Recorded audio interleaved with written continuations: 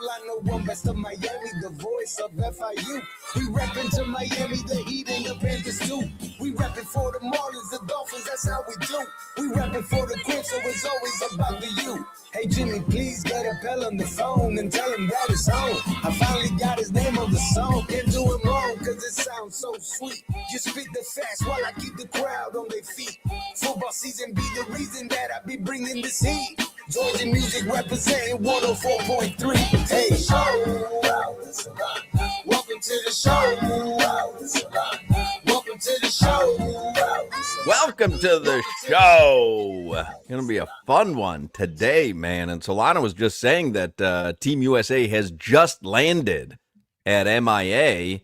There's live coverage on NBC6 if you want to watch. So I'm going to turn that on in a second. What a great, fun, incredible day for hockey yesterday, and obviously for the U.S. and the Olympics. But the U.S.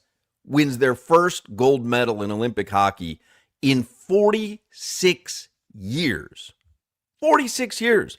Last time they won the gold was the 1980 Do You Believe in Miracles?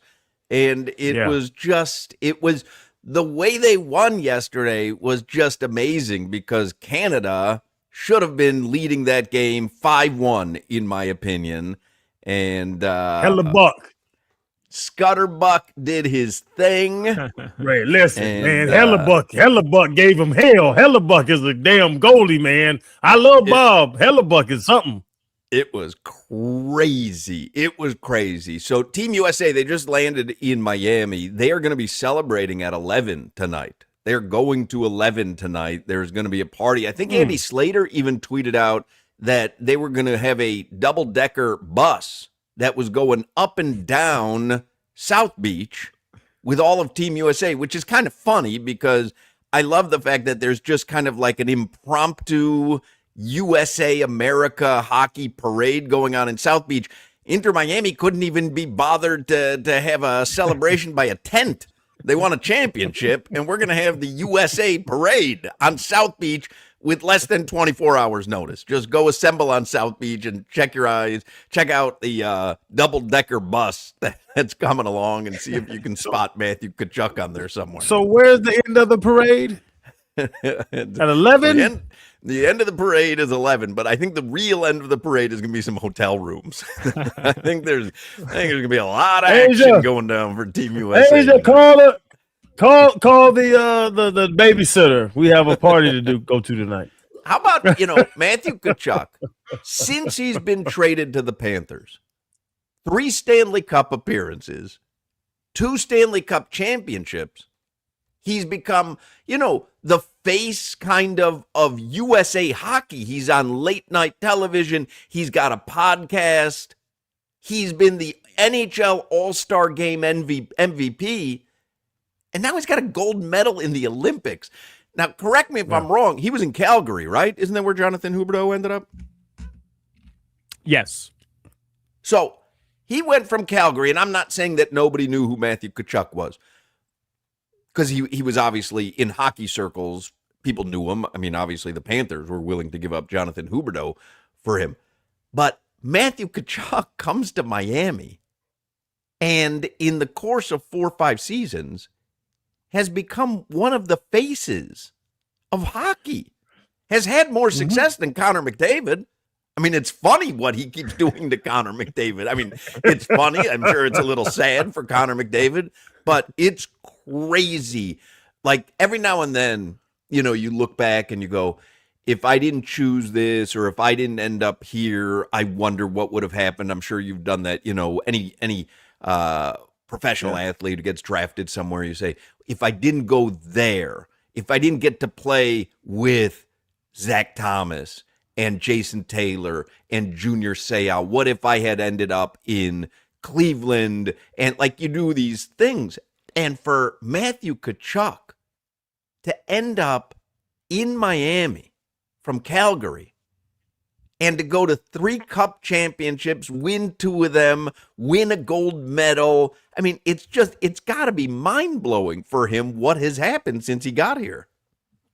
On both sides, I would say if I didn't play with Zach Thomas, I don't know if I would have been the player I was, but also on the other side, like if the Patriots drafted me, I probably would have had Super Bowl rings. So it's pros and cons to everything. It really is like this side, that side, the grass is always greener. But for Kachuk, and I would say, even though not so much for myself, I don't usually downplay myself. His ability makes him the face. He is a hell of a hockey player. I had to explain. Actually, I was watching it. We were in Bradenton with my son, and we're listening to on the radio yesterday morning, Sunday morning, because we went fishing at 6. And I was like, Chan, I got to find it. So I found it on some streaming service to watch it. And he was asking about Kachuk. And I was like, there's not many skilled players that are also enforcers in the same family. Brady and Matthew, like they are great at hockey, but also they'll go whoop somebody's ass if you want your ass whooped. That whole dynamic fits right into like South Florida, Florida Panthers hockey and all. It was a perfect fit, Hawk. To your point, it's a perfect fit, but he is a hell of a hockey player. And everybody was talking about it. They were like, these Kachuk boys, y'all say what y'all want. They're crazy, wild. It's a good story. But they play some damn hockey that other people, 99% of the world can't play. And that's what I'm excited to have him down here in Florida. I got to know why I heard the sounds of tackling while Crowder was talking. Who played that? Because we tackled the hell out of Canada, baby. That's why. No, I got to know I have to know the real reason why we heard tackling. Solana? You played that. You played that drop, Solana. Yeah. Working on some stuff behind the scenes. I just misfired my finger. Was that intentional or did you just misfire that? No, my hand was just over a hotkey with my finger and I just misfired it. But I tried to play it off. You could have run with me. It was a plausible save. That's why I was asking if you had done that intentionally. I know Crowder sounded like he was loud there, and I think Solana was trying to work on your audio levels there. Crowder went from according to the chatters, loud, then to whispering, and I'm thinking that and if we can't get don't play with my audio. If we can't get your sound fixed, we're just gonna every time you open your mouth, we're gonna play the tackling sound effect, and then that's the way. And then later on in the show, you never know what's gonna happen. Jimmy might be stalling. We don't know. Anything could happen on this radio show. Hey, Jimmy killed it last week, Solana. He did. You were out of town. Jimmy killed it. Solana is back. He's back from Spain. We want to hear all about that. The Heat, they've got a little something brewing. I want to talk about that because we're seeing the Heat as intended. And maybe, I'm not telling you that they're a top 4 seed, Crowder, but when you have Norman Powell and Tyler and Bam all healthy, their last 2 games since the All-Star break, they have looked good. And this was the lineup that they intended.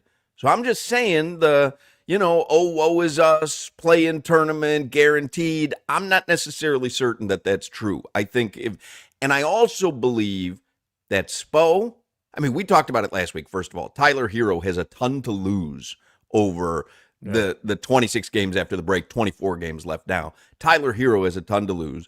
I think Spo is probably tired of hearing about how this team is stuck in the mud and they're a play-in team at best. Like, I think, what are they, circle the wagons and try to make a little push for the final month and a half or so? My take was that the only difference is Tyler Herro being healthy. And Tyler Herro, over the last 2 games, he made a difference. But I would say it now, my whole take is I don't think Tyler Herro's made like that. I don't think he's built like that. I don't think he's the player that changes the team's outcome. But what if I'm your agent and I say to games, if you can do that over 26 games, you're going to add $15 million to your bank account. Hoch, my agent could have told me, hey, Crowder, go get 3 interceptions and 2 sacks, and you'll get a $50 million contract. I wasn't capable of doing that, Hoch. That's a little different, though. Little different at your position.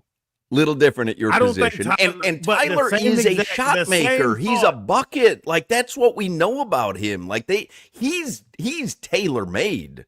to be quite honest, for I think this situation where you go, hey, 26 games, show them something spectacular for 26 games, you are going to laugh all the way to the bank. Tyler's got those skills. We've seen it over his career here. Ask Darius Garland. Well, I didn't say to do it defensively. I just said, get out there and score your ass off. No one. Solana's getting hot. I see you. I watched the Cleveland series. I know what people can do to Tyler, and I don't believe in that. But there's no different GM that's looking and thinking about giving Tyler Herro a bunch of money and saying it's because of his defense or it's going to be predicated on his defense. Do what we know you can do. Be a creator, score a bunch of points, keep this team in games and winning games, and Tyler, I'm telling you, he can change his fortune.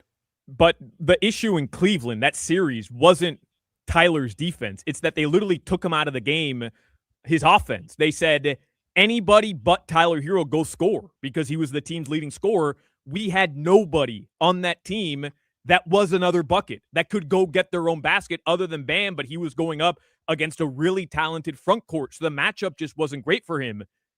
Well, thank you, Norman Powell and the Utah Jazz for trading Norman Powell to us with the Clippers, but it had to do with the Jazz because now, okay, you take Tyler Herro out of the game, you take him out of the equation, you have another all-star on the other side who can go get his own bucket and could put up points in a hurry. That changes the dynamic of the Heat. I'm not getting ahead of myself. Even though, Hoch, it sounds like you've got a lot of... No, I'm just saying that I'm not necessarily certain...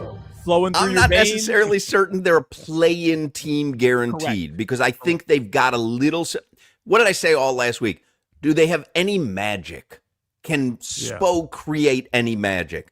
The first key to the illusion, since none of us believe in magic, the first key is having all three healthy. Yep. Well, you've got that right now.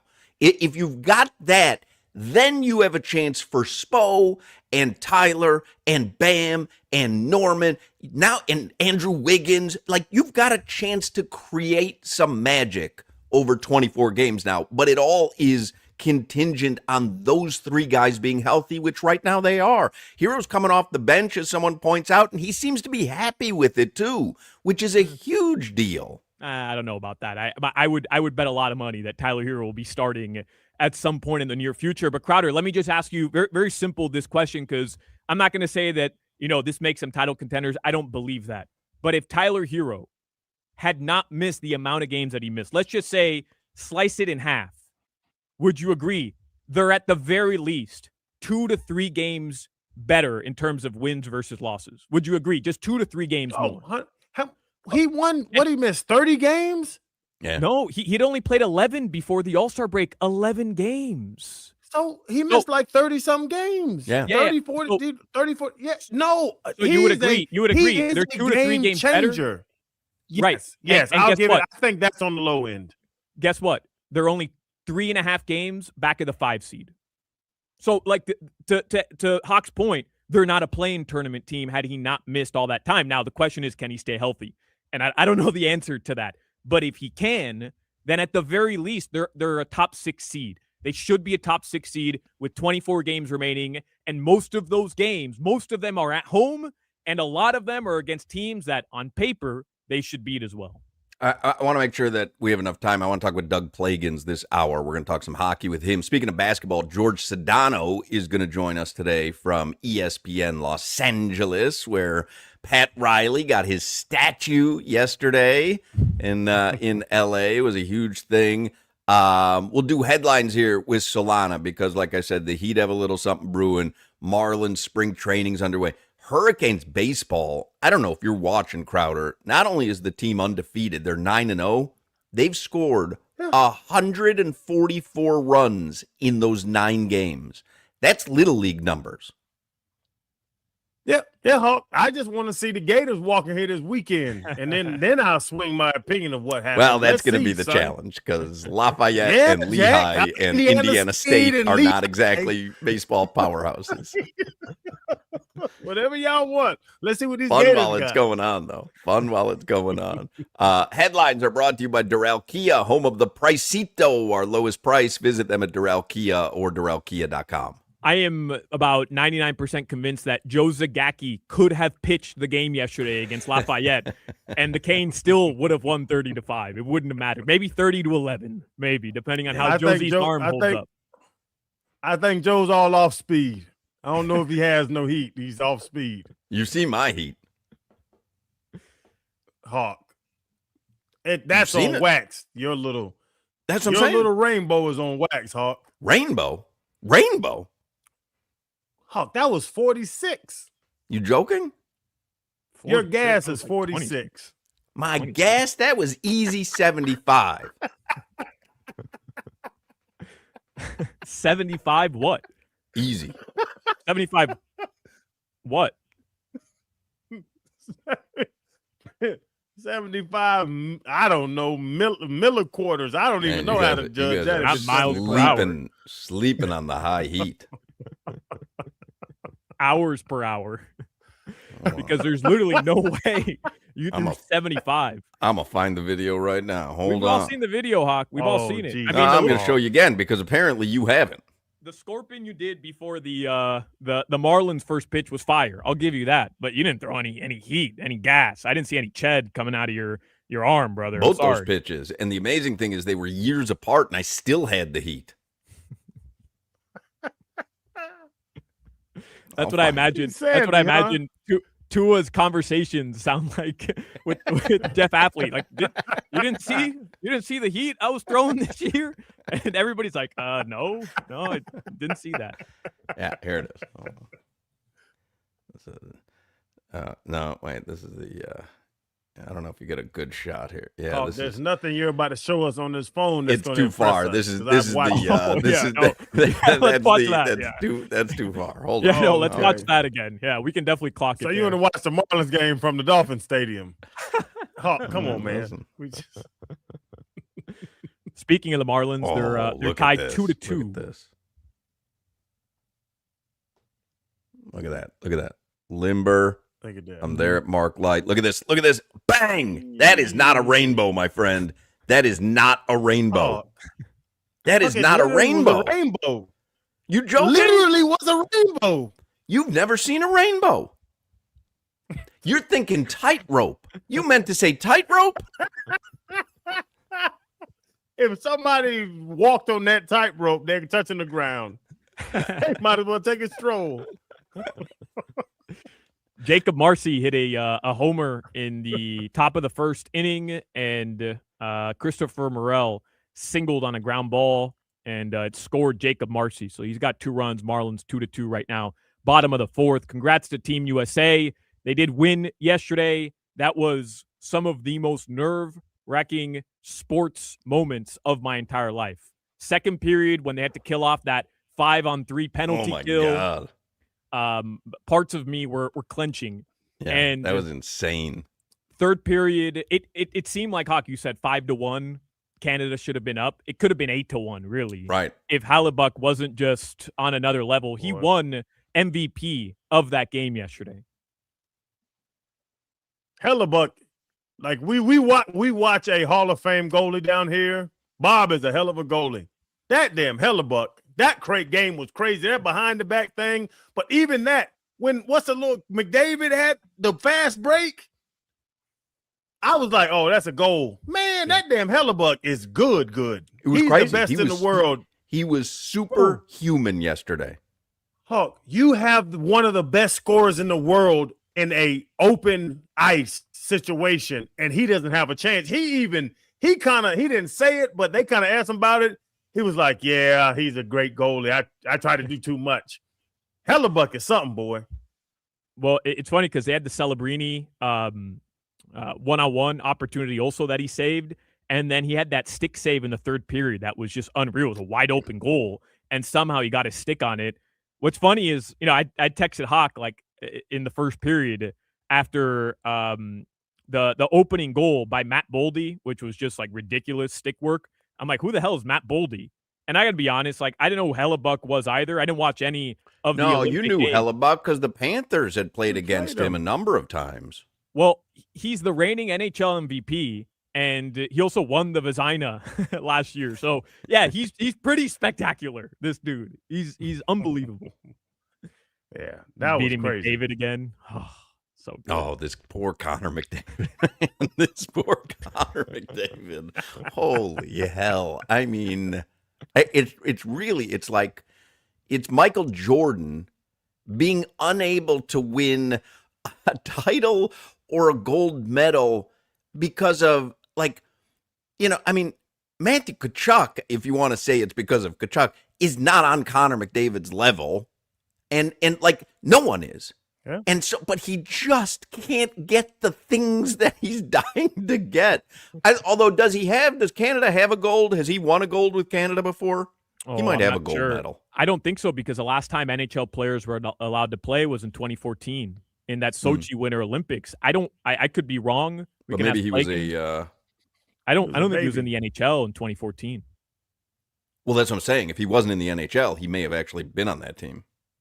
Oh, I get you. Like the following Olympics, like 2018, 2021. Prior Olympics.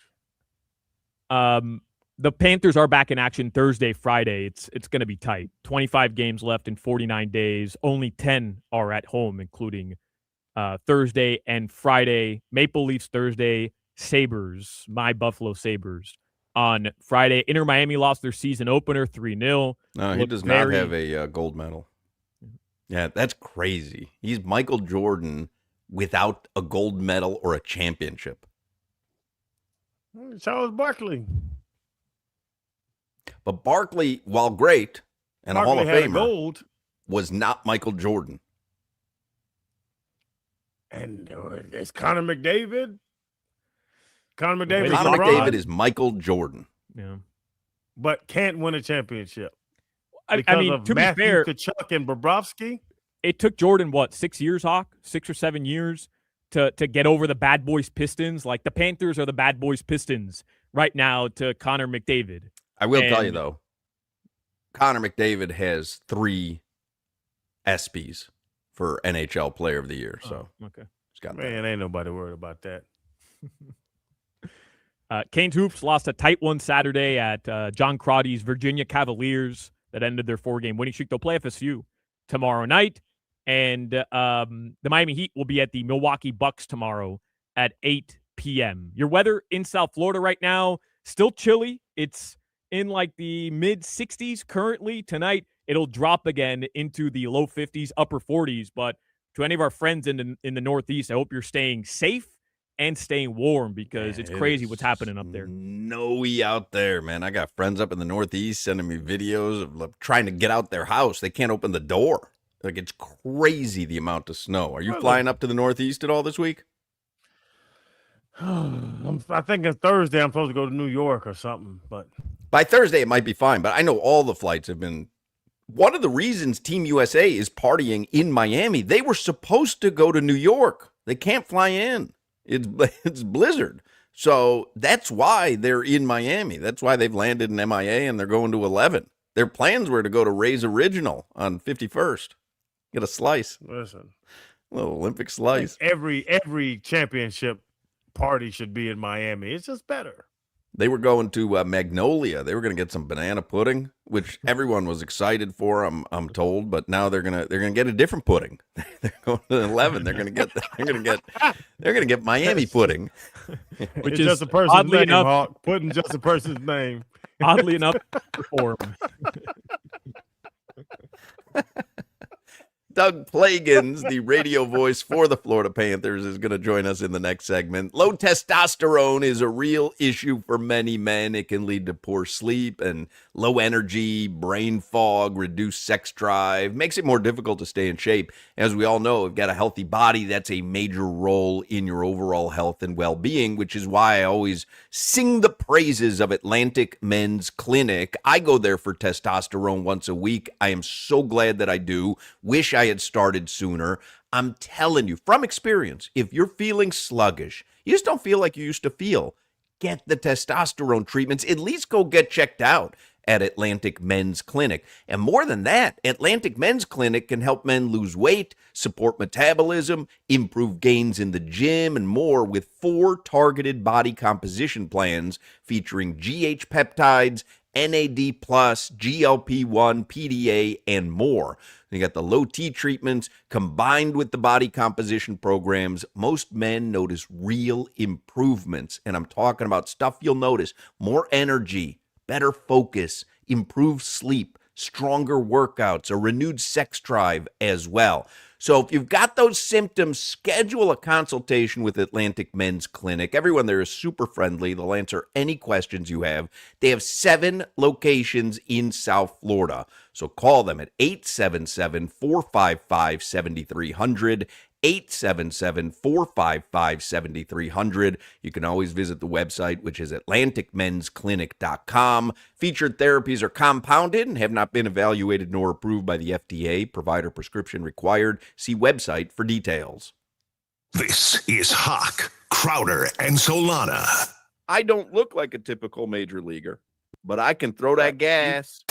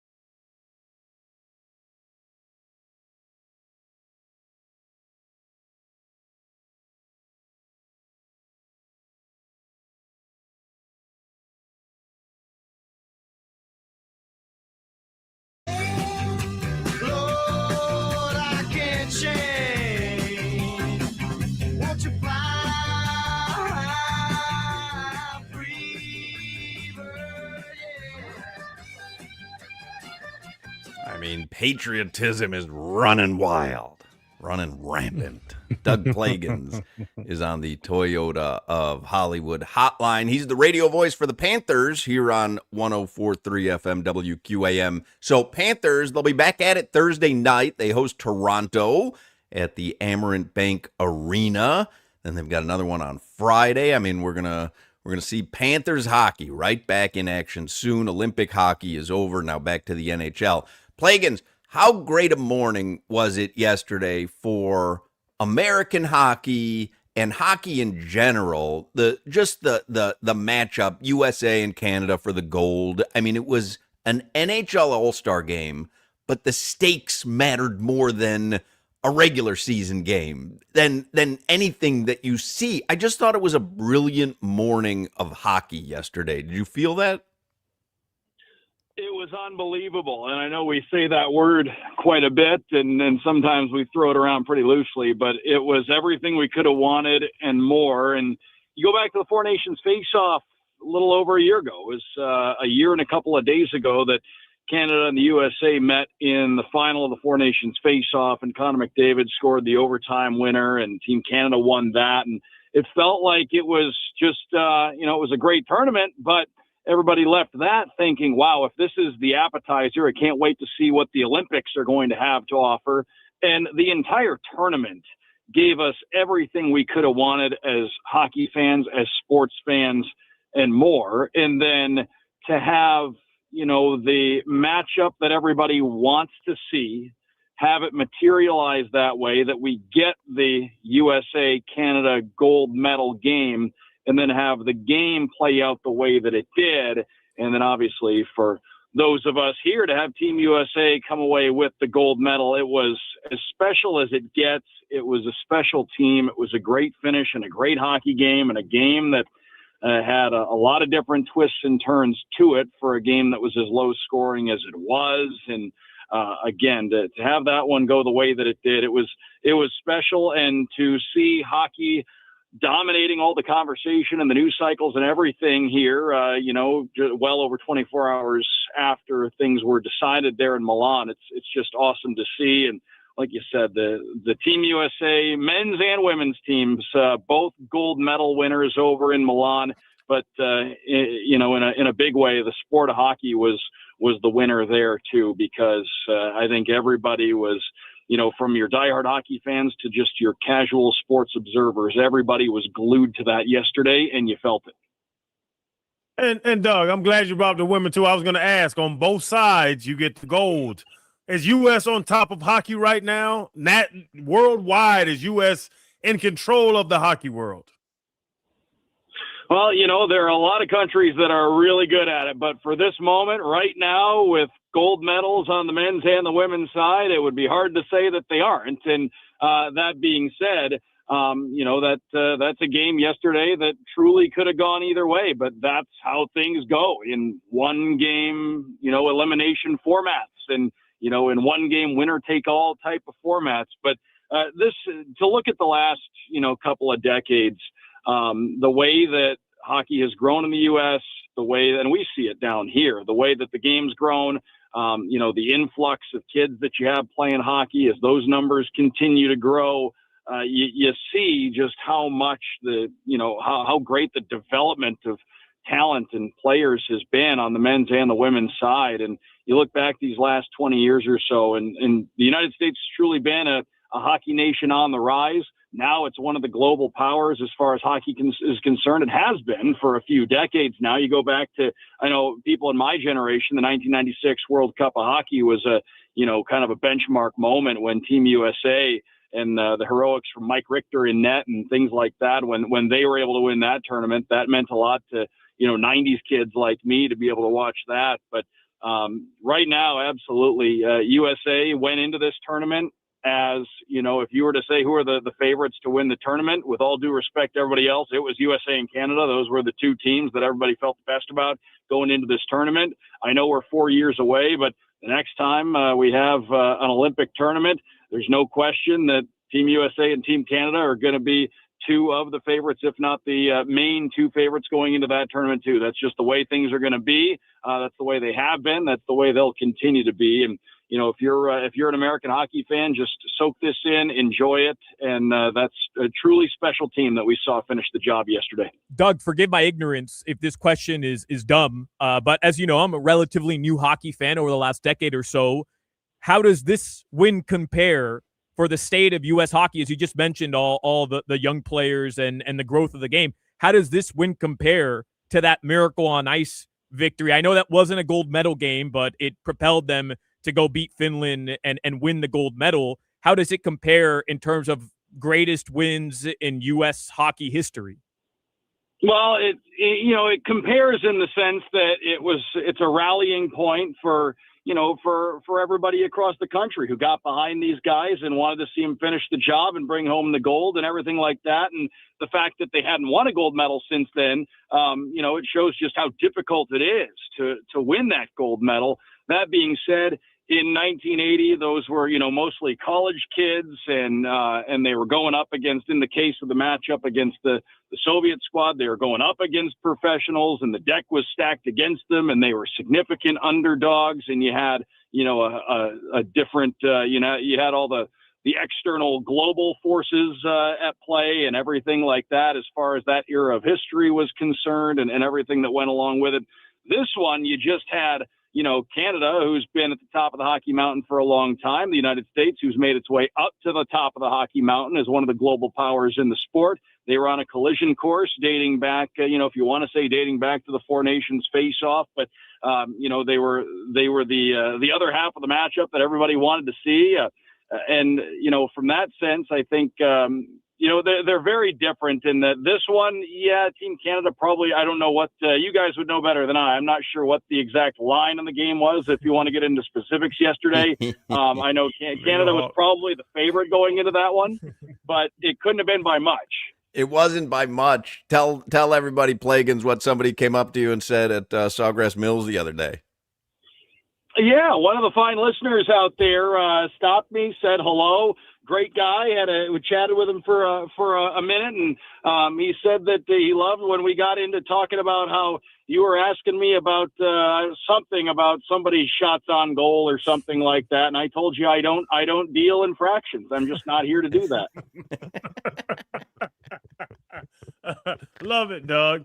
Hey, Doug. Like, the best hockey player in the world, I watch Hellebuck stop the behind the back, and that's the highlight, the behind the back one. But Connor McDavid's fast break, when it's just him and Hellebuck, and he stops him, is he the best hockey player in the world? I know he's the best goalie. Is he the best hockey player in the world right now? You're talking about Connor Hellebuck? Yes, bro. That was crazy what I watched. I've seen Bob do some amazing things, but that performance, Sunday morning, that was crazy to watch a goalie do that. Well, it was a big time performance on the biggest of stages, and it was special to watch. And if you were to look at all of this, the whole tournament, maybe not just for Team USA, but really for the whole tournament, and fair or unfair, you look at a guy like Connor Hellebuck, who's right in the prime of his career. He's won 3 Vezina trophies. He was the MVP of the league last year, won the Hart Trophy. He's really accomplished everything you possibly can individually. And like I said, fair or unfair, because hockey is the ultimate team game, kind of carried around that some of those, took some heat and maybe took some flack for the fact that he'd never been to a cup final, never been past a conference final. And, to be able to go out there and win it the way, win it the way USA did and get that kind of performance from Connor Hellebuck, I think for him probably silenced a lot of the people who'd been asking the questions over the years. And maybe for anybody in that tournament, maybe he had the biggest opportunity to have kind of a legacy defining moment if he were to be instrumental in a gold medal victory, which saying he was instrumental would be an understatement in that game, because from about the start of the second period on, it would be an understatement to say that he held the fort, because he kept that game close and kept it 1-1, and some of the saves that he made, and we're not talking just making saves, we're talking big saves on Connor McDavid, on Nathan McKinnon, on Macklin Celebrini, big saves on some of the best players in the world. Canada had some golden opportunities to break that tie and couldn't. He helped get the game into overtime. It was one of the best individual performances that we've probably ever seen. If we're talking National Hockey League, the international stage, whatever it might be, that was one of the biggest individual performances you could see. There are a lot of folks out there. It would spark some debate, but there are a lot of folks out there that would say he is the best goalie in the National Hockey League. And for a guy like that, to see him, come through on the biggest of stages, and to see him probably silence a lot of the doubters that maybe he'd had, that was a special thing to see. And like I said, fair or unfair, he was one of those guys that probably needed to put a big championship on his mantle in some form or another. And my goodness, Team USA couldn't do without him. And to be honest with you, I don't want to get too much into it, but he absolutely should have been the MVP of the tournament. There's no question. And I get what Connor McDavid did in the tournament he had and the points and everything like that. But Connor Hellebuck's stats in that tournament, his goals against average was barely above 1. He was dominant throughout, and that's what they needed. Hellebuck got the goaltender of the tournament award, right? And McDavid was MVP of the Olympics. Yeah, and then Quinn Hughes was also on the all-tournament team. He was on that.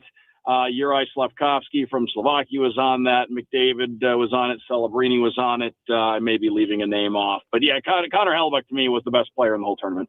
So I don't know if you saw on social media, Plagens, but there's been this great video going around where it compares what happened to Jack Hughes in that game versus Anthony Davis a few weeks ago, when it seemed like he made no contact and then he's out for the season again. I forget exactly how he got injured on that. But Jack Hughes, I mean, what a great commercial for the game of hockey, right? His teeth get knocked out of his mouth by our own Sam Bennett, by the way. Nice job, Sam Bennett. If he's on your team, you love him.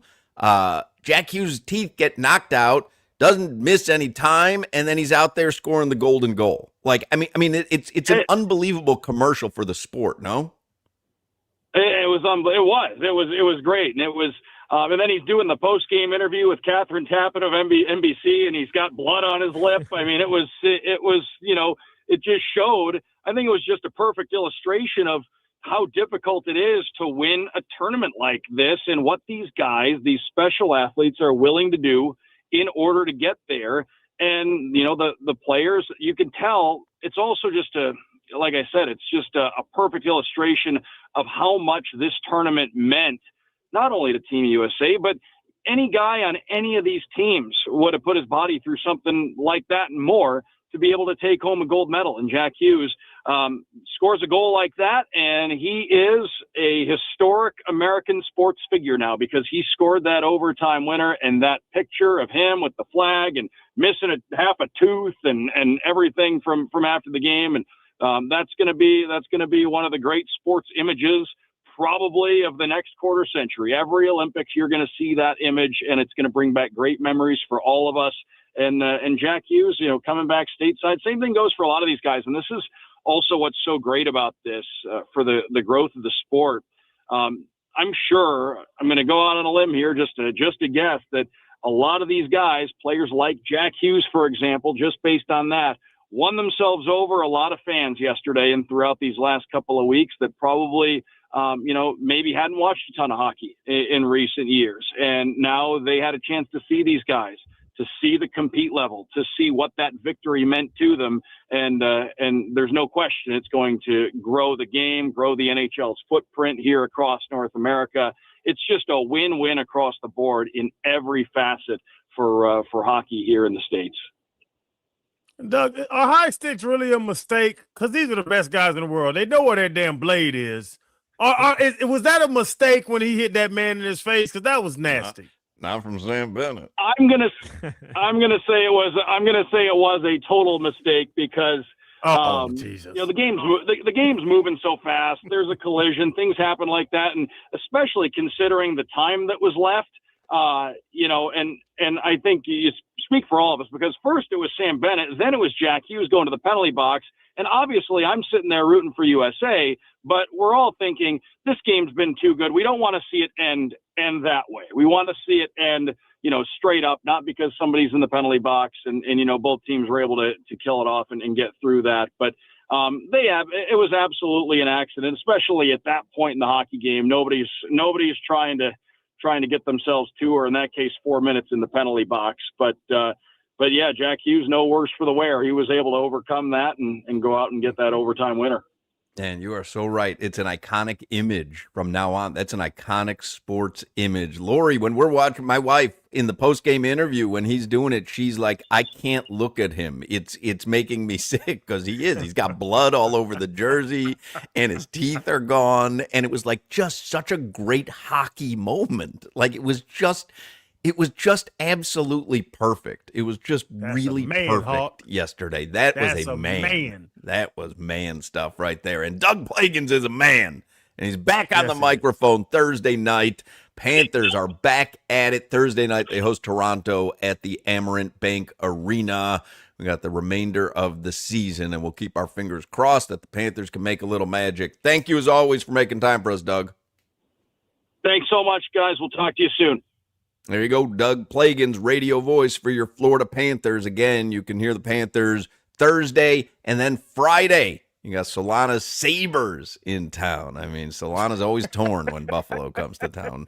We'll take a break. We'll come back with more Hochman, Crowder, and Solana.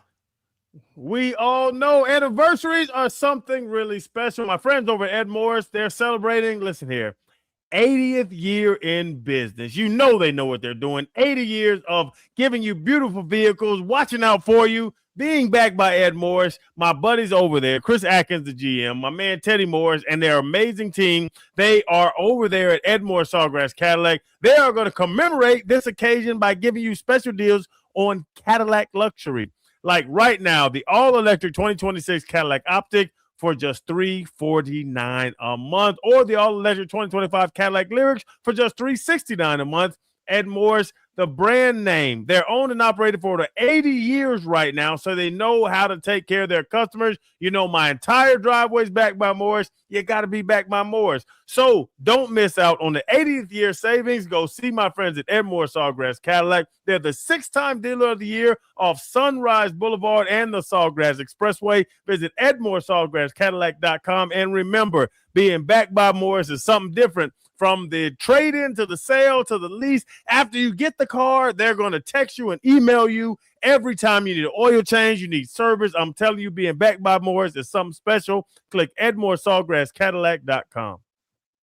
You're listening to the Hoch, Crowder, and Solana Show. The Florida Panthers are back-to-back Stanley Cup champions.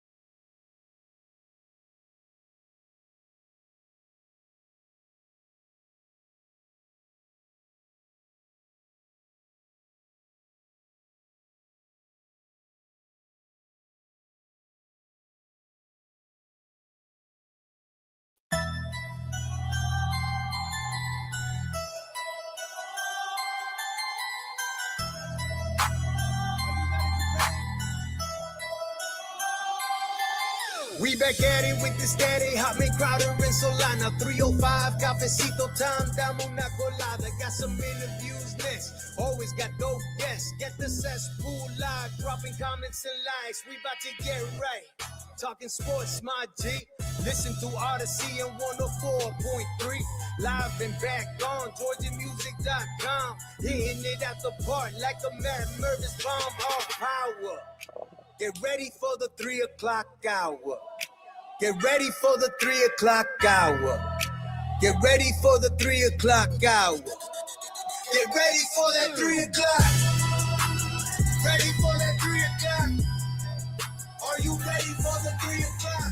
3 o'clock hour here on Hochman, Crowder, and Solana. Still have a lot to get to this afternoon. Bunch of people on the chat and on the text line, Solana, asking how the emergency rooms were in Spain, if you went to urgent care when you returned. But we saw you on Friday, the day you got home, and you looked healthy. Did you not get sick on this European trip? I'm as healthy as anybody in the entire world. I mean, I'm like a damn ox, brother. My entire immune system returned stronger than ever. Jesus is real. Jesus is real. If you ever needed proof, you saw Solana able to return. Was your fiance sick? Did either of you get sick? Yeah, she's a little under the weather, just a tiny little bit. I am fighting a bit of a fever right now. Yeah. You giving her them weak Solana jeans, man. You gotta leave that girl alone. Let her be herself. Let her be healthy. I don't know if you guys saw BetOnline's got the season win totals for the NFL. The team with the biggest difference from the previous season, either positive or negative, is the Miami Dolphins.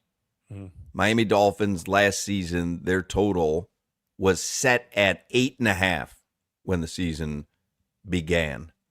And the total right now, over under for wins, Dolphins on the season, next season, is 4.5, which is, by the way, the lowest in the NFL, according to BetOnline.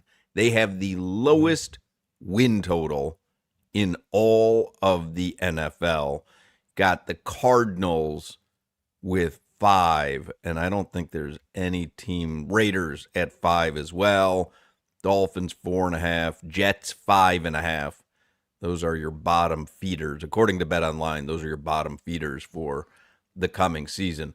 That's quite a difference. A 4-game difference on your over-under win total is pretty significant, and I take that to mean there is no quick fix. There's no easy fix. I almost extrapolated out to say, what would be the point in spending a lot of money on Malik Willis? Because if your over under win total is 4.5, let's say Malik Willis has the greatest season he's capable of having. Is it worth 3 wins? Yes. Okay. Now you're at 7. So now you're at number 7 or 8. 13 draft pick again. Yeah. So what's our Hawk? It's to the point of Malik Willis and Kirk Cousins and Jimmy Garoppolo and Mac Jones. What's the goal for next season? Is it to try to get to 500? Like, what are we really? What are we training for? What are we working for? What's the goal for next year? I know Hafley and Sullivan want to win as many games, but what really is the goal? And I think that's the thing that we have to come to grips with as Dolphin fans. Well, I think it's for them to start building their base, right? Building what their era is. And for me, I would just say go with Quinn Ewers then. Because if he's spectacularly good, if there's an upside there that we haven't seen, then wow, maybe you put together 8-9 wins and you say to yourself, you know what? We've got a rookie quarterback, a second-year quarterback who's a lot better. We get him some help.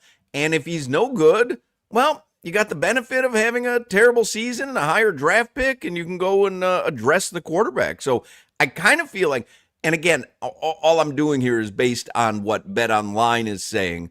But I look at that and I go, lowest over-under win total in the league and the biggest drop-off from one season to the next in the league. You might as well just roll the dice with Quinn Ewers because you're not going to fix it with Malik Willis. The only thing you can end up doing, like you say, is maybe add 2 or 3 wins, which probably isn't what you're looking to do anyway.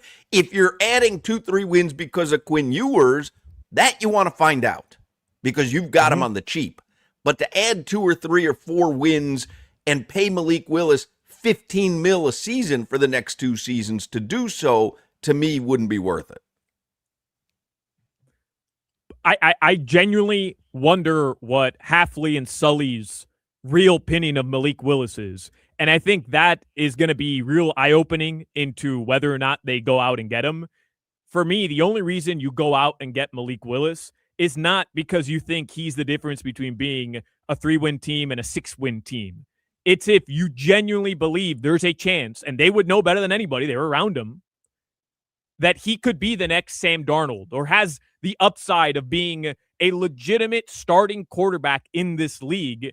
And if they do believe that there's a chance he can be, and it's not just a 1-year rental, then I think you should go get him. But if they just think, hey, he's a 1-year rental at best. But he's not going to be a 1-year rental, right? What do we see, Crowder? He's going to get 2 or 3 years. For sure. 40, 45 million, they're saying. So I'm kind of with Solana. Quarterback. If they think, though, he's the next Sam Darnold, then you spend the money. Then I'm with it. Yeah. But quickly, Solana, sorry, I'll let you finish, man. But even last year, everybody's saying he filled in when he did fill in for Jordan Love. He was amazing. He's amazing. He threw 61 passes, completed 31 of them, 51% completion percentage, 3 touchdowns. 3 touchdowns, 0 interceptions or whatever it was. Like, it wasn't amazing. I agree. It's the thought that he can be amazing. I'm not arguing to go get Malik Willis. I'm telling you that if it were me and I'm talking to Sully and Hafley, right, as Stephen Ross, I'm saying, hey, what is this guy? Can he actually maybe be a legitimate quality starting quarterback in the NFL that could answer our QB issues so that we don't have to try to get lucky in the NFL draft and hit on the right guy over the next 2-3 years? Then he's worth the investment in my mind.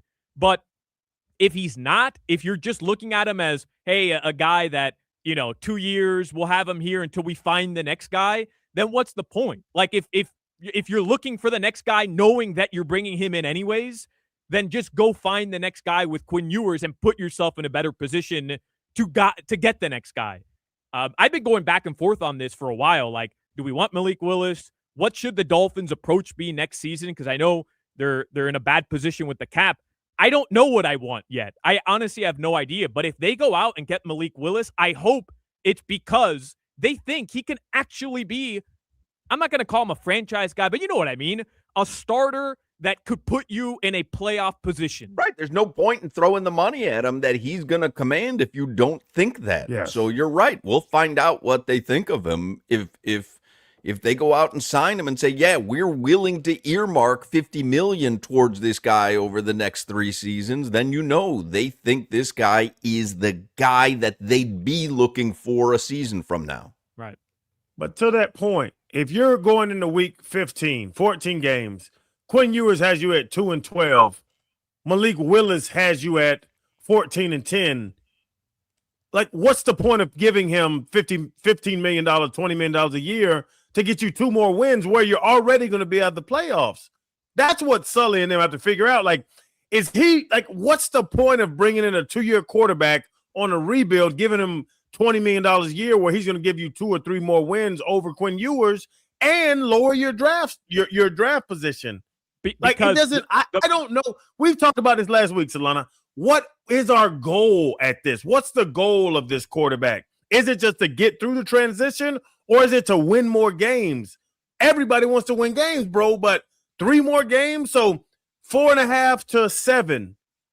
7 and 9? Right. But if in the short 10, term, what's that? In the way I'm looking at it, right, they believe he could actually be a quality starting quarterback, right? I'm not going to say Sam Darnold, but somebody that has that trajectory given the opportunity. okay, maybe next year, Crowder, because the roster is so unbalanced, because you don't have the ability to go build a winning roster around him, maybe next year you only do win 5 or 6 games, but you see promise in him. And then with another draft and another opportunity with more flexibility at the cap, now you can put a quality roster around him. You don't have to waste a potential starting quarterback in the first 15 picks because you have a quarterback already. And that to me is the upside if, again, they view him as that. But if they don't, then yeah, I'm with you. Why go and roll the dice and throw a bunch of money at a guy that really hasn't proven anything? He's proven he's a quality backup, maybe a starter. We don't know. But that's where it makes sense, what Solana's saying. If you think he's going to be a good quarterback, an excellent quarterback, well, you go, okay, he'll get his reps. He'll learn our system over the course of a season. We're going to win 5, 6, 7 games. But also, we're going to have $100 million the next season freed up in cap space that we're not going to be hamstrung. And so we know that we've got the quarterback. We don't have to waste a dime or a draft pick on a quarterback because we've already got that guy built in. So that's the benefit. But they have to believe that he's the guy. If they don't, then it makes no sense. You know. Let's do headlines here because we're going to play a little Who Got Funky this hour. We're going to talk with George Sedano in the next hour. Headlines are brought to you by Doral Kia, home of the Pricito, our lowest price. Visit them at Doral Kia or DoralKia.com. Hawk, I know you went yesterday to spring training up in Jupiter, and right now the Marlins are leading the Cardinals 3-2, top of the 7th right now.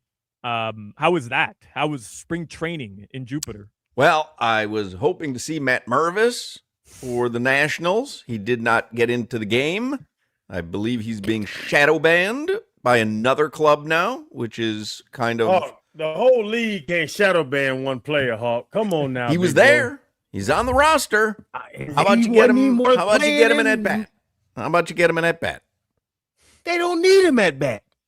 Well, I would beg to do. I mean, the Nationals didn't yesterday. That's fair. But I have adopted my new Marlins player, Davison de los Santos. Hell yeah. Now, I believe you might say Davison. Davison. But it's Deyvison. It's very wordy. Davison. A lot of letters. Davison de los Santos. Davison de los Santos. Or in Madrid, they'd say, Davison de los Santos. This is my guy. That's my guy, because it's name-based. It was Matt Mervis. I thought it was an interesting name. Mm-hmm. Davison. The reason I like Davison is because in Uncut Gems, when Howie, Adam Sandler, hits big and he's got the car service, he's going to see his girl at the apartment, his car service driver, the guy's name is Davison. So when I saw Davison de los Santos, I said, this is my guy. He had an RBI single yesterday.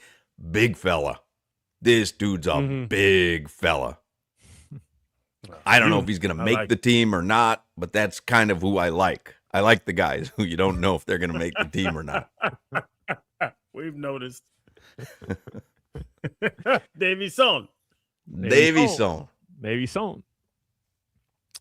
So, the Florida Panthers will be back in action on Thursday and Friday. Jimmy was just telling me in my ear that there's people coming out at MIA, but those people aren't Team USA. No, but I saw the equipment manager bringing out the bags, like the players' bags. Yeah, they just landed at Miami International Airport. They're going to be partying at 11 tonight.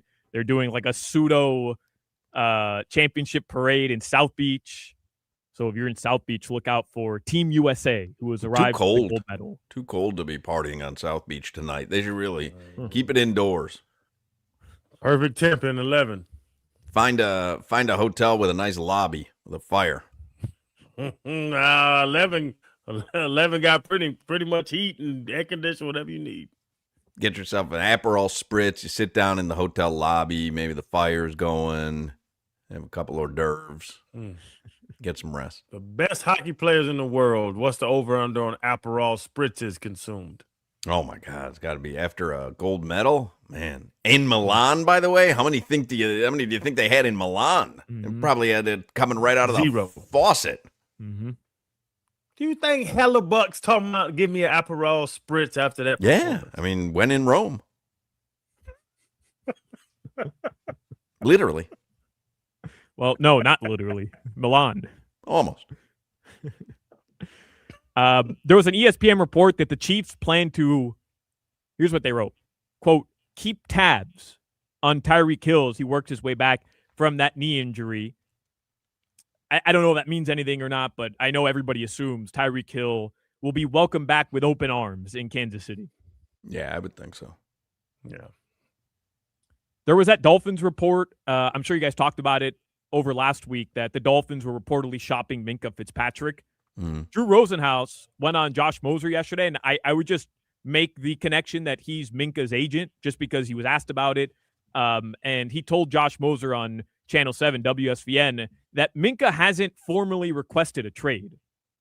But yeah, I don't think Minkah wants out in particular. I don't think he particularly wants to stay either, but I think the Dolphins would love to cash in some chips if they can.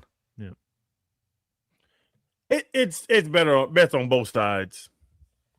We talked about it last week, Solana. Minkah's not the dude. He's not the company guy that's going to walk the line and try to do the best for the organization. He's an amazing safety, 5-time Pro Bowler. But Minkah wants to go win. They can get pieces for him. They have, what's the assets? It's Devon Achane, Jordan Brooks, Minkah Fitzpatrick. It's only so many guys that are going to get you a haul back.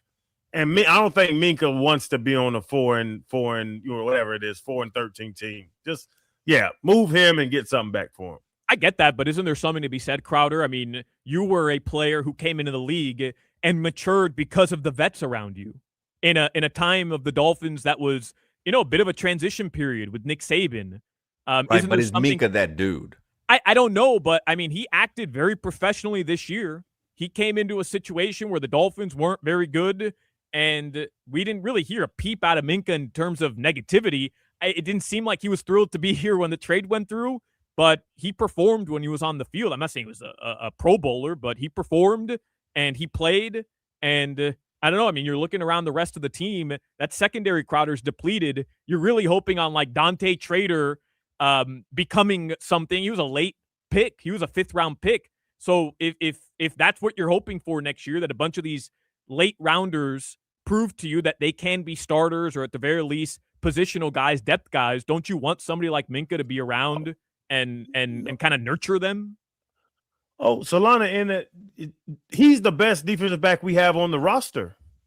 I would love Minkah's ability to be here, but through a transition, with the years he's in the league, like I don't know why keep him around to sit and be there with Jack Jones, that's Hawks boy, Jack Jones and Marshall from Florida. Like, I don't know I think it's best to maximize Achane, Jordan Brooks. I love those two guys, but their trade value will never be higher. If we're really going to be a 4 or 5 win team, why not maximize that 4 or 5 wins and bring in a bunch of pieces? Minkah's a great safety, but why keep a Pro Bowl safety on a 4-win team? It doesn't make sense to me. What were people saying last week, that we could get like a 4th rounder for him or a couple picks, 3rd, 4th rounder? We didn't evaluate his trade value, but you'll get a couple picks for Minkah. Contract situation is. Yeah. Well, it's not guaranteed. Yeah. It's not guaranteed. I know that. I was reading that in the Herald today. Yeah. So, I mean, if you can get a 3rd or a 4th for him, I guess you do it in a heartbeat. But what if you can't? What if you can only get a 5th or a 6th? Then I think there might be some conversations about keeping him. I just read this about Minkah, whose contract is not locked in. Devon Achane, as soon as you trade for him, he wants more money. Jordan Brooks, leading the league and going to the Pro Bowl, is going to want more money. These trade chips are great, are good players. Kind of falls back on Chris Greer's failures as a GM, where even our best players now are all up for contracts, just like our man Javon Holland was, Jalen Phillips was. They had to trade him to Philly. Like, it wasn't well managed on that side of the team, and now Sully has to figure that out. The Miami Heat, they'll play the Milwaukee Bucks tomorrow. They're on the road. They're going to play the Bucks, and then they're going to play the 76ers. the Sixers are only a half game ahead of them in the standings right now. They're like a 10-point back of them in the standings. In terms of win percentage, they're on a 3-game win streak, the first one of the calendar year. And Inter Miami did lose their season opener 3-0 to LAFC. I don't know how much of the game you guys watch, but you could tell they really, really missed Jordi Alba and Sergio Busquets, the two guys that were part of like the big four that retired last year. They just looked out of sorts at time. LAFC, for the most part, was the better side by far. Biggest opening night crowd in MLS history. We know it was moved to the Coliseum. It was a pretty spectacular way for MLS to start out their season. Kind of a dog of a performance from Inter Miami. I know you sent me that video, Hoch, of Messi going into what appeared to look like he was following the officials into their locker room. And then Suarez was there. He can't even get a minute on the field anymore. So he's just bodyguard now. He replaced Messi's old bodyguard, I guess. But from what I saw, it doesn't seem like he actually made it into their locker room. He did not. So, right. He did not. In fact, they've come out with a statement. He did not get in there. He did not, yeah. So it looks like he won't face any suspension for that. Canes Hoops, they'll play at FSU tomorrow, and I know, Hoch, you mentioned it. Canes baseball, 9-0. They've scored 144 runs through 9 games, an average of 16 per game, which is the most ever in program history through the first 9 games. They will host Florida. That's the real battle, but they'll play FAU up in Boca in midweek action. Yeah, I think they're in Boca tomorrow, right? Yeah. Like tomorrow or Wednesday. Man, I'd go see it, but too cold, man. Can't go outside. Man, they might as well run up the turnpike. They'll Wednesday. still win that game. Oh, they're here Wednesday? Wednesday 6:30. All right, maybe it'll warm up by then. There's got to be somebody in New York or like Illinois listening to you and just like we were gonna go. My wife's from Philly, and the Phillies happen to be playing in West Palm tonight. There's spring training in West Palm. I told you the Astros and the Nationals play in West Palm. The Marlins and the Cardinals are based in Jupiter. But West Palm, that's 25 minutes from us. And the Phillies are visiting. And Phillies very rarely come this way. They usually stay out towards where Bradenton is, Crowder. Yeah. The Phillies are coming tonight. So I had said to Lori last week, I'm like, hey, if you want to go see the Phillies, we'll drive up after the show on Monday. Starts at 7 o'clock and whatever. Too cold. We can't go. 60 degrees, Hoch. No, stop it. 60 degrees. How dare you? It's ridiculous. It's 51? Right now in Boca, 61. It's 61 in Boca, but feels like 54. Oh, wow. Oh, man. You might get frostbite. Yeah. No, you're joking. That's when it starts to set in. Let me look at West Palm tonight. Hold on. Yeah, I may have to change my mind. A pinky tonight. No, 7 o'clock tonight, 54. That's when the game would start. 8 o'clock, Jesus. 52. 9 o'clock, 51. There is zero chance you will see the Hochmans in West Palm tonight. Yeah. Don't lick a pole. Your tongue will get stuck. You're joking. Is that real, or is that an old wives' tale? I know it's in that stupid movie that you love, the Christmas movie or whatever. Go put your tongue on an ice cube. No, it's a lie, Solana. Go do it.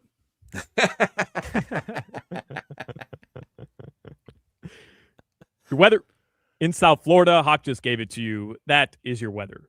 All right, very good. We're going to play a little Who Got Funky in the next segment, so don't go anywhere. Cheetah Pompano. That's a great spot to watch a game or a fight. They got VIP areas, 4 stages of entertainment, the most beautiful ladies in South Florida to entertain. And Cheetah Pompano has an amazing complimentary gourmet lunch till 3 p.m. every day. Happy hour specials till 6. If you have never partaken in that free lunch, by the way, or if you've never checked out their extensive dinner menu at Cheetah Pompano, you really should. Soups, you get soup on a nice chilly day like today. Turkey wrap, salad, they do chicken parm, Philly cheesesteak. They've got it all. Their kitchen is legit. Their menu is phenomenal. You could see the entire menu if you go to cheetahsofl.com, by the way. I always say it, every day is a great day at Cheetah Pompano Beach, and you want to make sure you visit Cheetah Palm Beach as well. If you're planning a bachelor party, you know there's nowhere better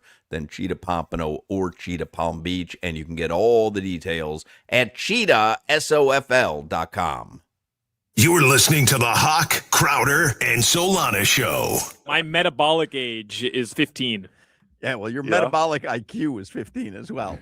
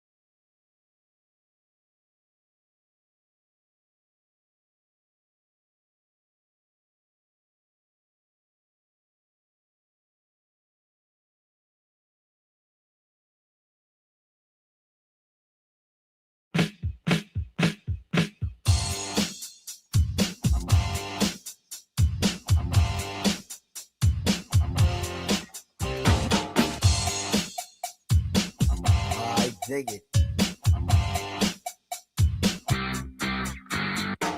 Cooling at a bar, and I'm looking. Guessing that means we're gonna play a little Who Got Funky. Whenever you hear a little funky Cold Medina, Tone Loc. I got a tweet from someone, Guillermo Santos, and he says, "Great show. Listen to you guys every day. Davison de los Santos. He is a Marlins top prospect. So maybe I've attached my cart to the right horse this time." Hopefully. Although I think Matt Mervis was, I think Matt Mervis was a top prospect, though. No, I mean, I don't think he was. He was batting cleanup and playing first. Yeah, but Hoch, he got dumped by a previous organization. It's not like there was a big trade. No, he got traded. No, he got traded. He got traded by the Cubs. He got dumped by the Cubs via trade. He got dumped. He got the opportunity to play there and wasn't any good, and they traded him, didn't think twice about it. He wasn't like some top prospect in a trade coming over via trade. This isn't, this wasn't us trading away Coughlin or whatever, whoever the hell we traded Yelich to the Brewers. No. But what I'm saying is, as a prospect, you're expecting something from someone who hasn't done anything yet. So you're not going to get big return. If Davison de los Santos, it says here, I'm looking at an overview on Google. Actually, you know what? Let me ask Claude. Claude's become a good part of this show. He's in danger of replacing Solana totally. Yeah, I've heard. Hey, Hoch, how's it going? Everything is good. What do you know of Davison de los Santos from the Miami Marlins? I'm not immediately certain about a player by that name with the Marlins. Let me search for current information to give you accurate details. So Davison, Gerard Afimi, de los Santos is a 22-year-old third baseman and first baseman from Santo Domingo, Dominican Republic. He's a young prospect with serious power who was actually the minor league baseball home run king in 2024 with 40 homers. He came to the Marlins organization in a trade from Arizona and is considered one of their top prospects. All right, now we're talking, Claude. Look at that. 40 ding-dongs? Come on. Claude got information, Solana.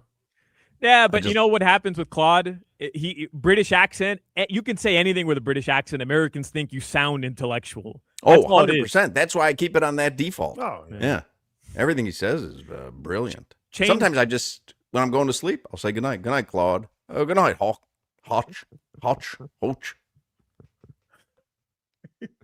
I could read the exact thing that Claude says, and it's not going to sound as intelligent.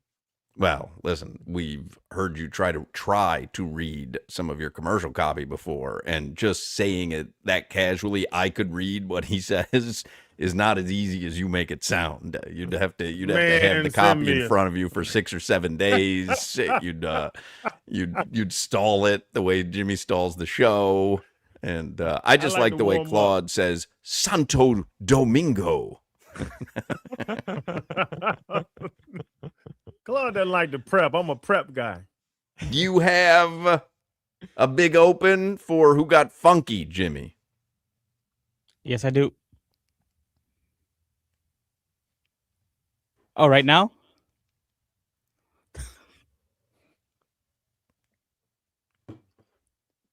Sure, why not? I'll play it. Yo, E, what you want to do now, man? Yo, whatever it is. I knew I could wait. Got to be Funky.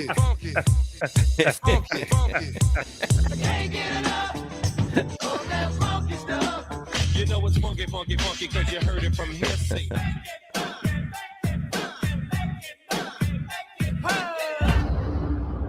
Who got funky? On Hoch, Crowder, and Solana. Tonight at Funky Buddha, Dan Day hosts trivia. You can get funky with him. Funky. And Sticky Treats is back at Funky Buddha, and they've got different beers on tap because of Sticky Treats. And I told you some of them last week, Crowder. How about these, Solana? Anything appeal to you here? Sticky nuts. Oh, love that. Sounds great. Whole college career. Giant pickle.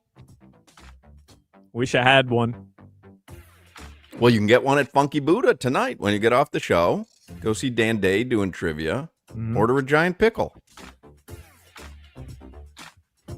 Clear my schedule, Jimmy. Would you drink that? It's a blonde ale with house-made pickle brine and watermelon. I would. I love the flavor of pickle. I don't like pickles per se. I don't love the texture, but the flavor of pickle I do love. How about when they do pickle, though, in the water at hotels? You ever go down to the hotel lobby and there's the pickle-infused or cucumber-infused water? It's cucumber. Yeah, it's the same idea. No, I've tried to explain to you guys before. Pickling is just vinegar. It's just vinegar. No. Pickles have a flavor because I love vinegar. I love a vinaigrette. I like a vinegar drizzle on my avocado toast. But a pickle, like pickle juice, you take a swig of Vlasic pickle juice, that tastes like pickles, brother. You're drinking vinegar. No. Brother. No, you are not. Pickled egg juice, pickles juice, pickled anything juice is vinegar. It's what pickling is. But take a shot of just straight up vinegar and then take a shot of pickle juice. Boom. And it tastes totally different, Crowder. Totally different. You know why? Because pickle juice tastes like pickles. Oh, Jesus Christ. And you go to hotels that have pickles in the water. That's right. I do. Where do you stay? Please send me. I need your location. Oh, I'm sorry. What's the ingredient in a pickle? Cucumber and vinegar. Oh, interesting. The ingredient in a pickle is cucumber, which is what's in the water at the lobby. Why did I become Bill Cosby? The pickle in the water in the lobby is the cucumber. A pudding pop. The cucumber in the water, not the pickle. The pickle has been pickled by vinegar. Jimmy, do you have a big open for Who Got Funky?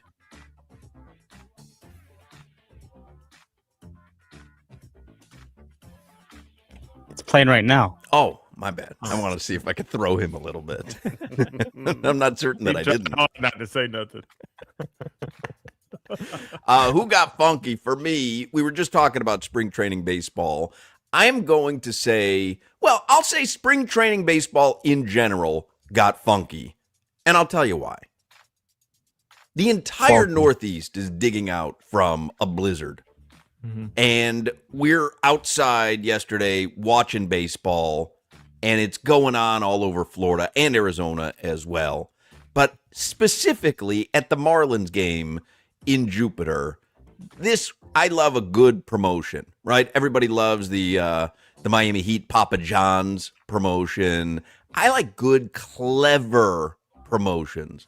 And I thought the Marlins at Roger Dean Stadium in Jupiter yesterday had a clever promotion. It's called Curds in the Third. Oh, wow. I'm a big fan of a cheese curd. They have a Culver's, which is an excellent place to get a burger. They call them butter burgers at Culver's. But there's a Culver's in Jupiter. If the Marlins score 3 runs in the 3rd inning, everyone in the ballpark gets free curds. Curds in the 3rd. But only at the Jupiter Culver's. This is what they said on the PA yesterday. And only that day. So you've got to leave the ballpark and hit it. Get right to Culver's. Because at midnight, you can't get that deal anymore. But curds in the 3rd, that's a great promotion right there. It is. I'm all in with that. Funky. Crowder, who got funky this weekend? Who got funkly? Funkly. Ooh, Funkly. Yeah, who got funky? Huh? Funkly. Who got funkly, man? I like to add an L. I like to add L's on things. Because I take a lot of L's in my life. Yeah. What Jaylen Brown is doing right now is funky. I was watching ESPN today. I did this for Solana.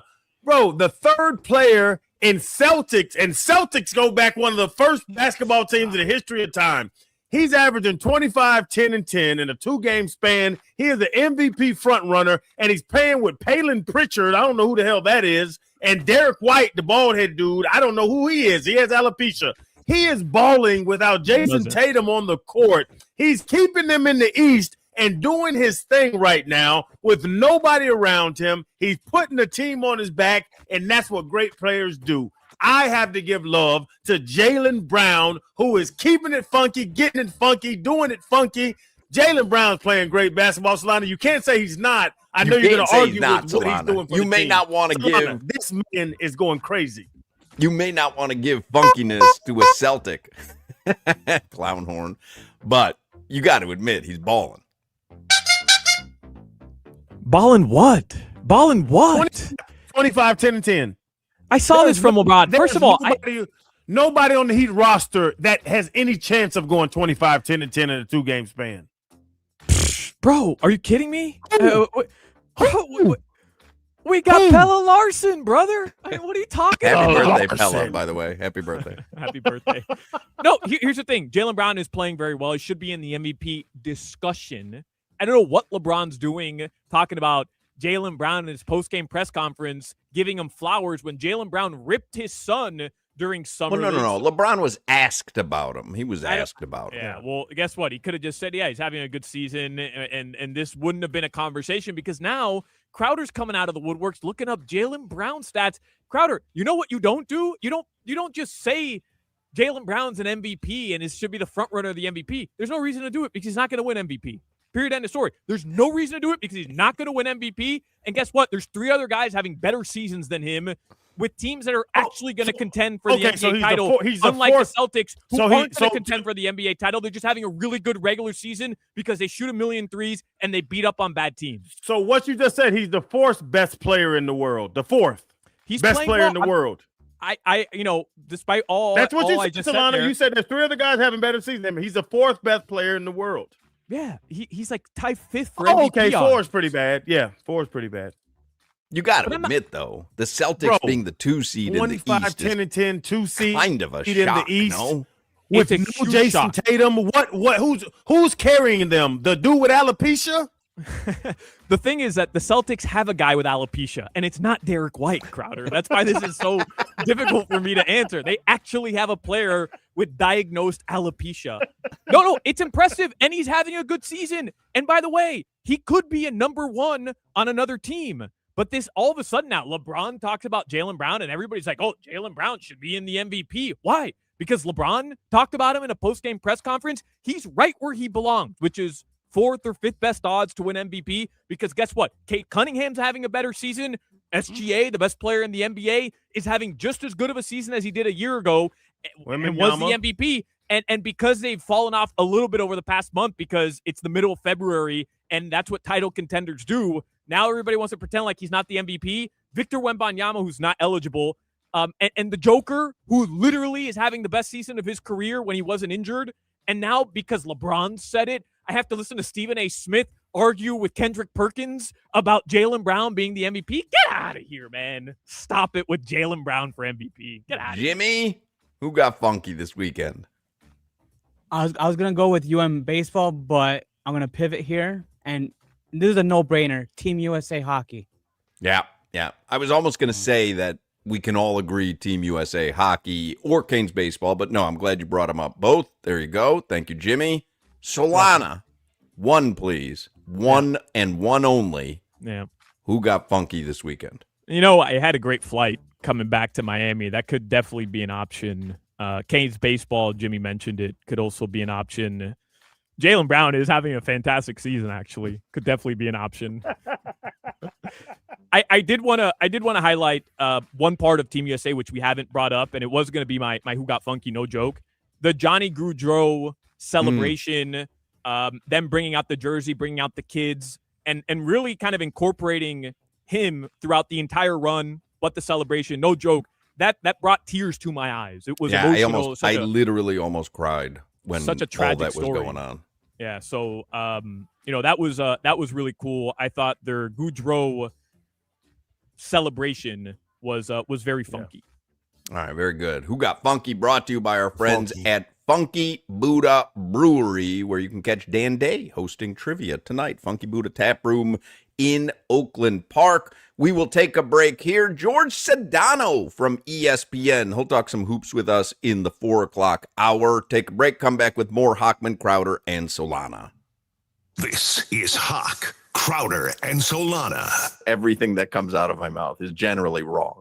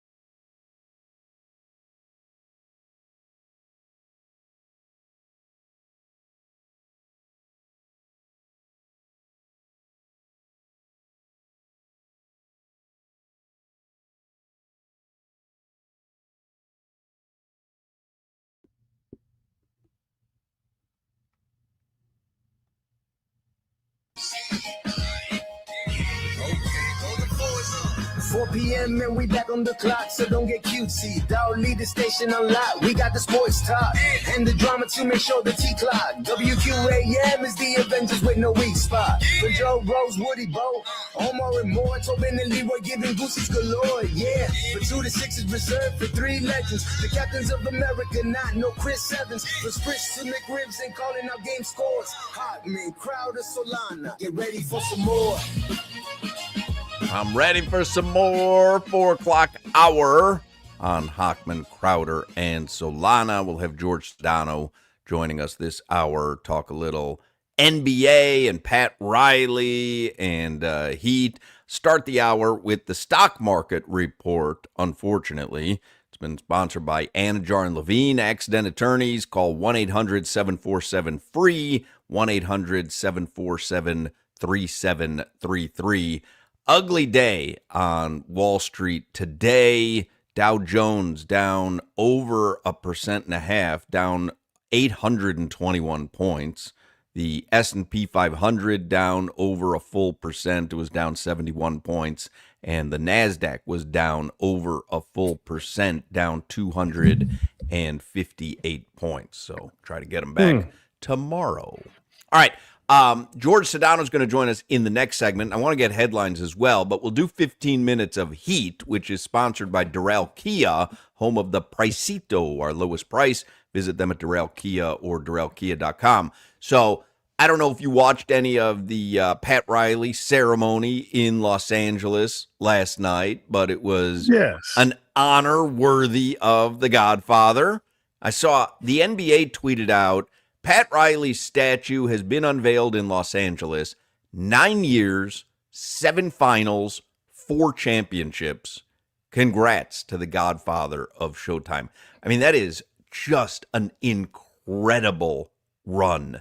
9 seasons, 4 championships. That's just unbelievable. I was going to ask Sedano when he joins us, like, is he still beloved in L.A.? I mean, he was last night, obviously, but they're honoring him. I wonder if Riley is beloved in L.A. the way that he is reviled in New York, right? But isn't the part... He should be. Should be. Part of what made Pat Riley's lore so, like, mystifying, right? Where people just consider him as this Don of basketball was that it happened in L.A. Correct me if I'm wrong, Hawk. I wasn't around for that. But let's just say he had the exact same run that he had with the Lakers, but it happened in Milwaukee or it happened in Denver.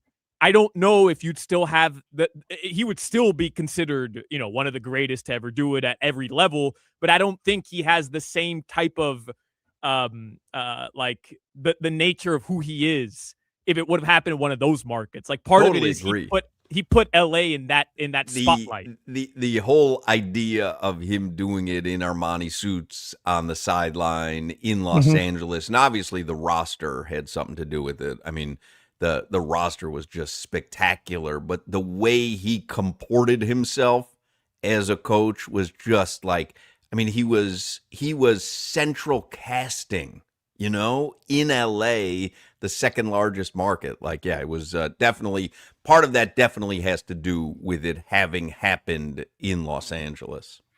It's the city and the team, the city attached to you, the blue collar cities and the flashy cities, and what Pat is, and one of the biggest markets. And he did it again and did it again. You almost look back and say, oh, he knows what he's doing. We saw it. Now he goes to Miami to do his thing. No, they have to love him. There's no way that anybody has any bad feeling towards Pat Riley in Los Angeles.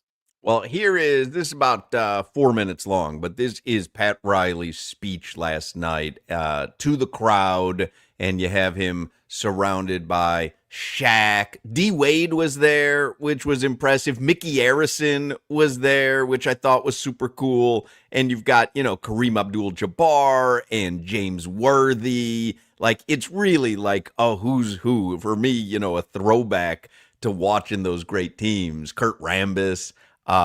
Here it is. This is Pat Riley speaking to the crowd. Thank you, everybody. And, from being a a kid from Schenectady, New York. You know, back in the day, that's where I was born. I was born to be a Laker in 1970 at the Forum. You know, with these guys right here, all of these men right here. And of all of them, there's only one who has shown me true respect today, and that's James Worthy, who has a tie on. He's wore a tie. Thank you, clever. Everybody's got a little too casual. $2,000 fine for everybody. I want to thank my family, obviously my beautiful wife, Christine, right there. We've been together a long time on this journey. My daughter, Elizabeth, okay, and that little one right over there. And Mickey Harrison said it's okay for her to wear a Laker shirt today, not a Heat one. Olivia and Paul, okay, my son-in-law. But I was born in 1970 at the Forum. And every time I go by there, it's a very nostalgic time. And from 1970 through 1980, I had the opportunity to meet, to be with, to play with, to coach, to broadcast, to be a traveling secretary, and to be a head coach of this team. And it's the greatest honor that I've ever had. I want to thank Dr. Buss for saying yes to coaching, Jerry West for saying yes to coaching, Chick Kern for saying yes to the broadcasting, to Jeannie Buss, love her to death, for saying yes to the statue out here now on the Plaza of the Stars. I can't believe I'm being there. I cannot believe it. I want to thank all these men. I really do. They were part of the whole trip. In the 1980s, Showtime Lakers. I know a lot of you are the grandkids or great-grandkids of the families that came to the game, you know, back to the Forum. And all of you, Laker Nation, that have supported the team back then and support the team today. I love you forever and for always. You've been great in this city for Chris and I and my family, and I'll never, ever forget you. As far as the statue goes, I want to thank Armory and Sean Bell for creating that from Armory, okay, studio. I want to thank them for creating an image that I think was really Showtime. That guy right there, as much as he looks like he might be dashing, debonair, and all those things, was a very desperate man. And when I threw my hand in the air, cap, and said fist up, it was because we needed you to bail us out, Cap. The Kareem Abdul-Jabbar, the best. Thank you, everybody. Thank you, LA. I appreciate it. I love you. You take care. I absolutely love Pat Riley. I always have. I mean, I shouldn't say I always have because I didn't like him when he was with the Knicks, but I've always liked him when he's been with the Heat. And that was such a great honor for him. You know, he's still, how old is he? 81? Yeah, 80, 81. I mean, dude still got it, man. Like, he commands an audience, and it's 80. really like... I'll name drop. I was there, Wade's, retirement thing and UD's retirement thing, and Pat was at both of them, and Pat still commands a room. Got a little criticism of that speech we just heard because he had an exclamation point at the end of all sentences. His inference was wrong. And the 80s. When you're hearing yourself with that big echo, sometimes it's hard to not just do that on everything you say. There can't be an exclamation point at every sentence, but it was cool. No, Pat Pat's a special dude, but to your point, Hawk, he still commands a room when he's around. You see the statue, he's got the fist up in the air, and he's telling you, he's like, you may think I'm looking debonair there, but I'm desperate. And when the fist went up in the air like that, it was because Cap, the captain, Kareem Abdul-Jabbar, I needed you to bail us out. And Jim Larinaga has told us something similar, right? Where there's times where the hand would go up in the air, and that meant, I forget who, Shane Larkin. Isaiah Wong. Like, just go do it. Bail us out, do your thing. Like, the hand goes up in the air, and it's like, get the ball to Isaiah Wong or Shane Larkin or whoever. And I thought it was so cool, Riley telling that story of, it looks like I'm dashing and debonair, and really, I'm desperate right there. I need Kareem Abdul-Jabbar to bail us out right now. Anyway, I thought that was super cool. We'll talk with Sedano about it. And when you're living a part of greatness, you sometimes take it for granted. So living now with Pat Riley, a part of the Heat, like, don't take it for granted that you're living in greatness. Yeah, sometimes you forget. Sometimes you really don't appreciate it when it's going on. All right, quick look at the headlines here with Solana, brought to you by Durrell Kia, home of the Pricito, our lowest price. Visit them at Durrell Kia or DurrellKia.com. The best part of that was his James Worthy joke, where he's the only one that wore the tie. Was great. Really great. He fined everybody out there $2,000 for not wearing a tie. Man. James Worthy's lame. Why? No, I mean, he believes that bleep, bro. Like, he wants Spo. He said it before. He wants these guys back in a tie, but the laugh he delivered after he made that joke. There's like a bit of like seriousness behind that laugh. Yeah. Exclamation point on the end of that sentence. It said, tell really James Worthy joke, laugh, exclamation point. And he had the inference at the end. But he did say, you mean the emphasis. You've said inference a couple times. You mean the emphasis. I don't know those words. Well, an inference is not what you're looking for. An emphasis is. Maybe not you. No, not anybody who speaks English.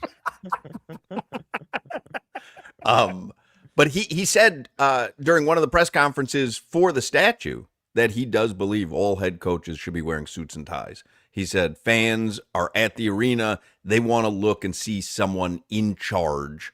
And I believe that coaches should be wearing suits and ties. Obviously, he knows it's a old person's thought because he never implemented it with the Heat. He could have. And, even though the league doesn't mandate it, he could mandate it with the Heat. He doesn't, but that's what he believes. He always dressed the part. People say, dress for success or dress for the role you want, and he had it. But even to this day, like, he looks like a leader, like a champion. You hit it on the head. That's an old thought. You don't have to wear a suit to be successful. Yeah. And I would say, again, he recognizes that because he could obviously mandate that of Spo. He doesn't. There's something fire, though, when you look over to the sideline and he would do like that little twirl of the jacket that turn around. Like, there was something about that look. I'm telling you, out of Central Casting. He was a head coach out of Central Casting. Speaking of Pat Riley, do you guys think Dwayne Wade had a little bit of PTSD as soon as that black curtain dropped in front of the Pat Riley statue? Dwayne Wade was there. I have to imagine he just gets flashbacks to watching his statue, and the same thought that passed everybody's head was like, who the hell is that? This guy. It was such a weird moment for him, I'm sure, because, to get a statue but like to have everyone after the statue gets unveiled talking about how bad the statue looks just has to be like, it just undercuts this incredible moment. I thought this was your house, not the guy off I Am Legend. Speaking of the entire statue unveiling, Pat Riley did answer some questions with the media, and he was asked about LeBron. LeBron's a Laker. LeBron was there, And he talked about the big three, LeBron's departure specifically. And he did say that he saw something he thought, speaking of LeBron's tenure there in Miami, could last between 8 to 10 years. He said he understood the decision, but, quote, I'm going to be selfish here and say, I wish I had him for another 6 or 8 years. That would have been great, but we'll never know, will we? And then LeBron answered after the game, and he said, quote, a lot of great memories, a lot of great time there. It would have been interesting to see what could have happened. Yeah. LeBron wouldn't win another championship, though. Well, I wonder, would he have traded, let's say, if he had stayed with the Heat for another 3 seasons and won 2 out of those 3, won championships 2 out of those 3 seasons. So they would have had 4, right? No, with they would LeBron. have had, oh yeah, 4, correct. 4. Would he have traded 2 more championships with the Heat, 3 seasons, 2 championships, for a championship in Cleveland? And I think he would have. Not for what he said about trying to do this for the little baby LeBron 20 years ago in Cleveland and for the kids of Cleveland. He made it more. He made it more than a championship. He made it almost for bigger things than just. But that's winning, what I'm saying. being That's the what, best that's team what I'm in the saying. NBA. That he would have foregone multiple championships in Miami by staying to get just one for Cleveland, which he probably did. He probably did forego multiple championships in Miami to get one for Cleveland. And I would say if you asked him if he could do it all over again, I think he would do that. I think he would have given up anything to get a championship for Cleveland. Yeah. Yeah. I agree. Yep. And as much as it pains me to admit, because I do think if he stays here 4 more years, they probably go to the finals all 4 of those years. Yeah. And I think that team would have been better suited, obviously rebuilt, retooled a little bit, would have been better suited to go up against the Durant Warriors and the Steph Curry Warriors that LeBron only did 1 out of 4 years. Him winning that title in Cleveland really solidified him with the Jordan conversation. Like, it really put him up there. I think ultimately he would have ended up there no matter what. But there was something about going back to Cleveland, being down 3-1, winning that title, putting the team on his back, being the absolute face of the Cavs organization. It really cemented him as, if not the greatest, the second greatest of all time. Well, period, I would say story. also the one thing that would have been the question that he would have gotten his entire career, no matter how many championships he would have won in Miami and Los Angeles, he always would have gotten the question, don't you wish you could have gotten one in Cleveland? Right. It would have been this running narrative, and he was able to check off that box. So I think to Solana's point, like, that was probably something that elevates him into an echelon that very few will ever go. And this isn't a opinion of Heat fans that's going to be popular, but the Cleveland championship, and Solana kind of tapped around it, is his biggest ring is going back to Cleveland and winning that championship. I don't know. That, Solana, take the Heat out of it. That was the ring that you're going to talk about the most, when he left a loaded team to go back home to win a championship for a garbage ass team. You're talking about that Mickey Mouse ring. Adam Silver had Draymond Green suspended for a game, and then the foul disparity. Take the Heat out of it, but I got. No, for sure. That's it. Sure. I guarantee that ring is the one on top of his statue or whatever he has at his house. Cleveland meant everything to him. I stormed out of one of my best friend's house that night. One, because I bet a lot of money on the Golden State Warriors winning that title. And 2, I vowed to never watch the NBA again after LeBron won that ring. There's some breaking news in the world of sports.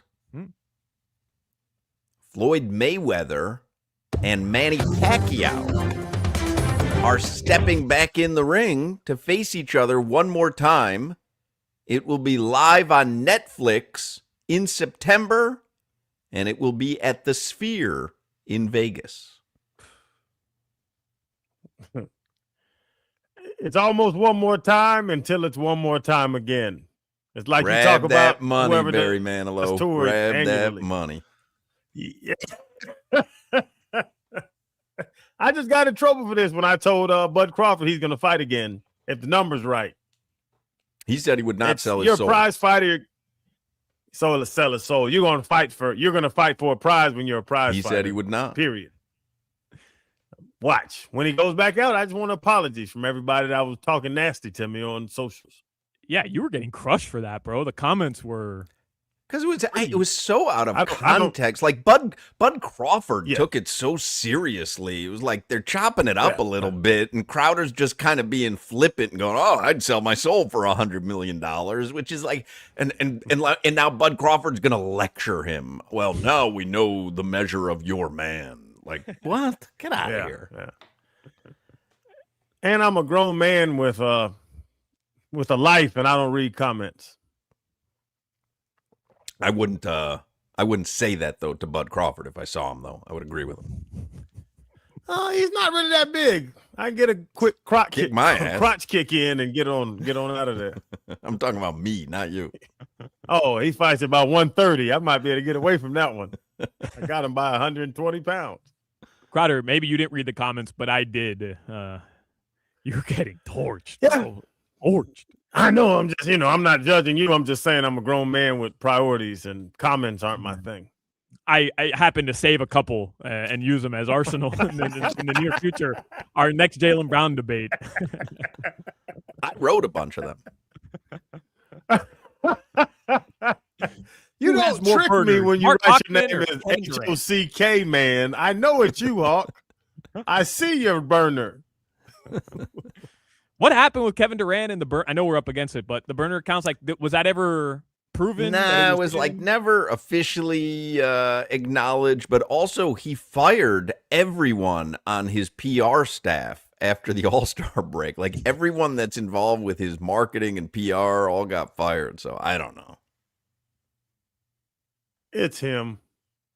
It has to be. How's that their fault though? If he's getting caught using burners again, I don't know. They're in charge of his burners. That doesn't seem like a very wise decision if you do have burners. Once you've been caught once, you feel like, I don't know, you'd cover your tracks a little bit better the second time. They can't do it, Solana. They have to read comments and argue with people. It's a childish mindset that a lot of people have. Not you, or Kevin or anybody else. I'm just saying. The Florida Panthers have touched down in Miami. Matthew Tkachuk was just talking to reporters at Miami International Team USA. Airport. Team USA. The Florida Panthers will be back in action Thursday and Friday. They'll open up the final 25 games back-to-back, Maple Leafs and Sabres at Amerant Bank Arena. Canes Hoops is at FSU tomorrow night. Looking to rebound after a loss over the weekend.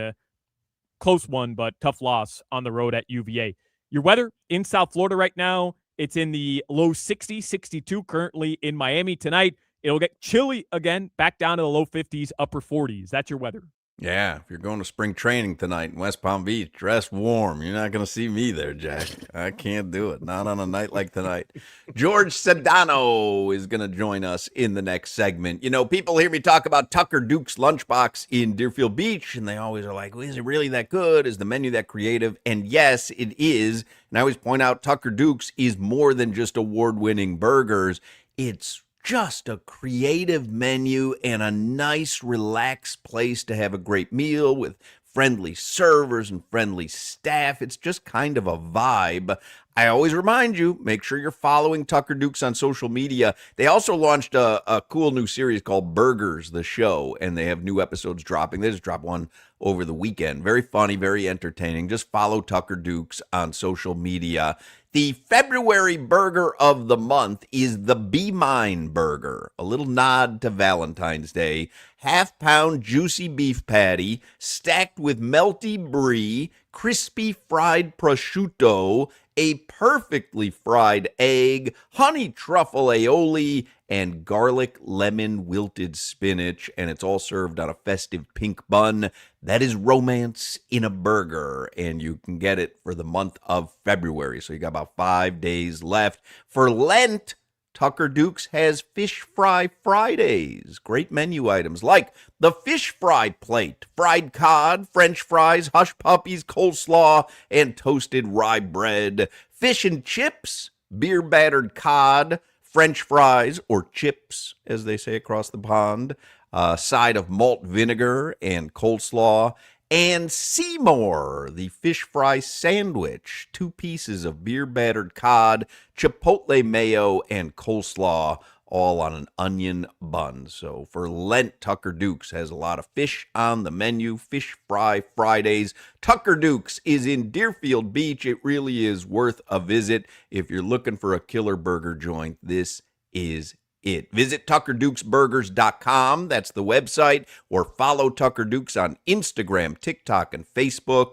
Tucker Dukes Lunchbox. Check them out, 1101 South Powerline Road in Deerfield Beach on the southwest corner of Powerline and 10th. This is Hoch, Crowder, and Solana. I used to spray paint raccoons and see if they come back in my yard after I catch them. It's a great move. WQ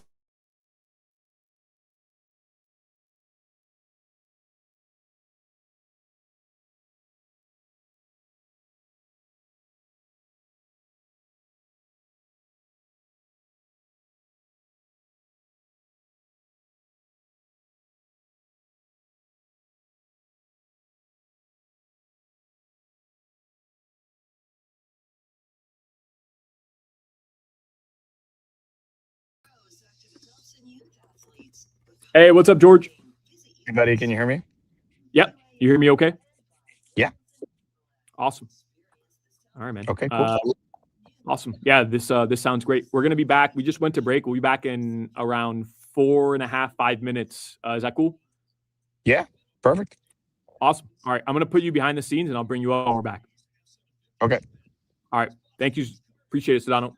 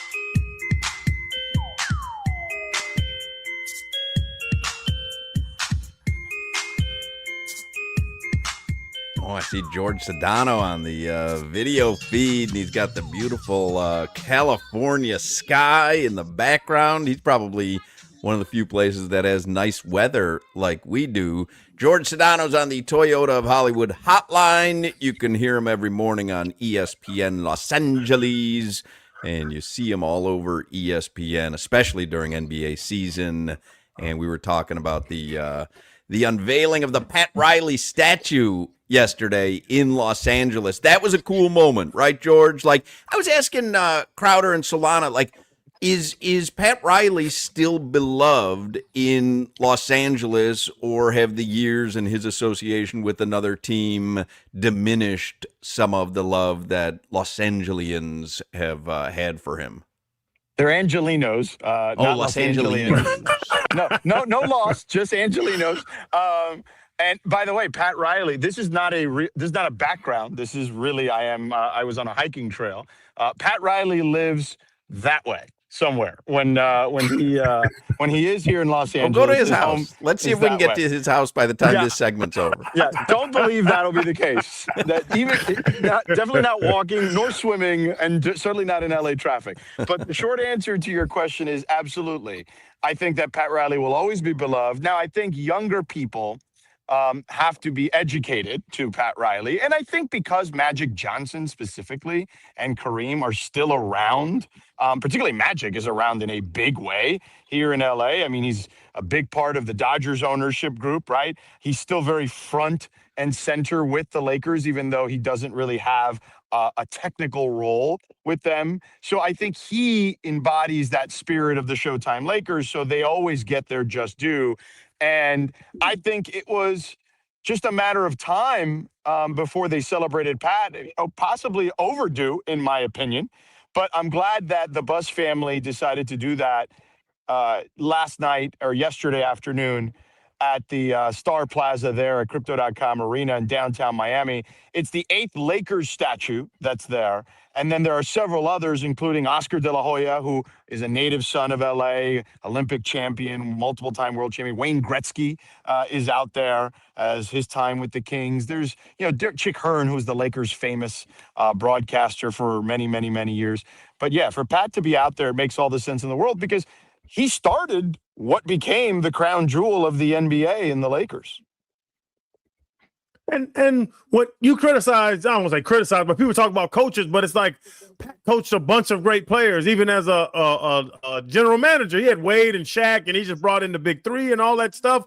Like, hour back to Greg Popovich with the players he had, Steve Kerr now with Steph Curry. Like, isn't it the players that make the coach, or the coach make the players? If Pat was coaching nobodies, would he have a statue right now? Maybe, maybe not. But what I would say to you is this, Crowder. Yeah, you definitely need, players. I don't think there's any question. I don't think Pat would deny that. I mean, he was pretty honest about saying that yesterday as well as he received that honor. But there's a lot of Del Harrises who didn't win championships with Shaq and Kobe. You know what I'm saying? So I think that, you look at Phil Jackson. Right. David Blatt is a great example. Right. Tyronn Lue comes in. And by the way, we've seen Tyronn Lue be a pretty darn good head coach after the fact, too. So I do think that stuff does matter. And let's not forget the Lakers. I mean, they were the Celtics. The Celtics were the Lakers' daddy, basically, up until Pat Riley came here. And even in Pat's first couple of attempts against the Celtics, they were the Lakers' daddy. And, I know Pat won as a player as well with the Lakers. He was a role player. He was basically their Bruce Bowen when Jerry West and Elgin Baylor won in 72, where they had the 33-game consecutive win streak, which is still the top win streak in the history of basketball. The only team that even came remotely close was those LeBron, Wade, and Bosh Heat teams, and with their 27-game win streak. But, yeah, Crowder, look, of course you need players. But you know what? Like, again, not everybody gets over the hump. If it was just the players, then there'd be a lot of coaches having statues everywhere. Sedano, 30, 40, 50 years from now, how will Pat Riley be remembered? In other words, what part of his greatness will he be remembered for? I kind of compare it to Jerry West, who has somewhat of a similar tenure in the NBA after playing, where he was an executive of the year multiple times, won titles as an executive. But we remember Jerry West as a player. How will Pat Riley be remembered? Is it as an executive of the Miami Heat? Is it as a coach?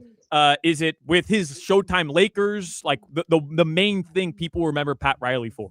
I think that'll just depend on the generation you grew up in, Alex. I just think that's the reality of it. You really can't tell the story of American basketball without Pat Riley, though.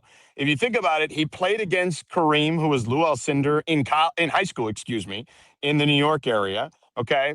He was part of the most important game in college basketball history, where they, his Kentucky team, and he was the best player on that team, was an All-American, lost to Texas Western, which became UTEP, which was the first team to start 5 black players in a game, in a national championship game. And, Pat was helpful in telling that movie, right? Jerry Bruckheimer did that movie, and Pat was a huge influence in telling that story. Glory Road was the name of the movie. And then obviously, was part of that team I just mentioned, the 33 straight wins with the Lakers, and became an iconic head coach, really started the Lakers dynasty with the Showtime Lakers. And then, he became a coach executive type with the Heat. I know I skipped by the Knicks, but he had obviously a good stint with the Knicks. They just didn't win a championship. But, I mean, hell, the Knicks were a disaster before Pat got there. And, they were one bad John Starks game away from winning a championship there. And by the way, that could have changed Miami's history, too, if John Starks just had a mediocre game in that game against the Rockets. But then, of course, his tenure with the Heat, both as a coach and as an executive. I mean, he's a Hall of Famer as a college player. He's a Hall of Famer as a coach, and he's a Hall of Famer as an executive. So I hope people there in Miami, and I know the Heat are kind of stuck in the middle right now, and it's easy to blame Pat, but, he really is a treasure to the sport, and I think people should understand that in their emotions right now. I understand that it can be tough because fan is short for fanatic, but man, he really has meant so much to this game, and certainly so much to that community you guys are in. Basketball doesn't exist without Pat Riley. I'll never forget. It was my 18th birthday when he was on that cruise ship on the Carnival Cruise Line, when he was introduced by Mickey Arison. And I'll never forget that day because it changed Miami basketball forever.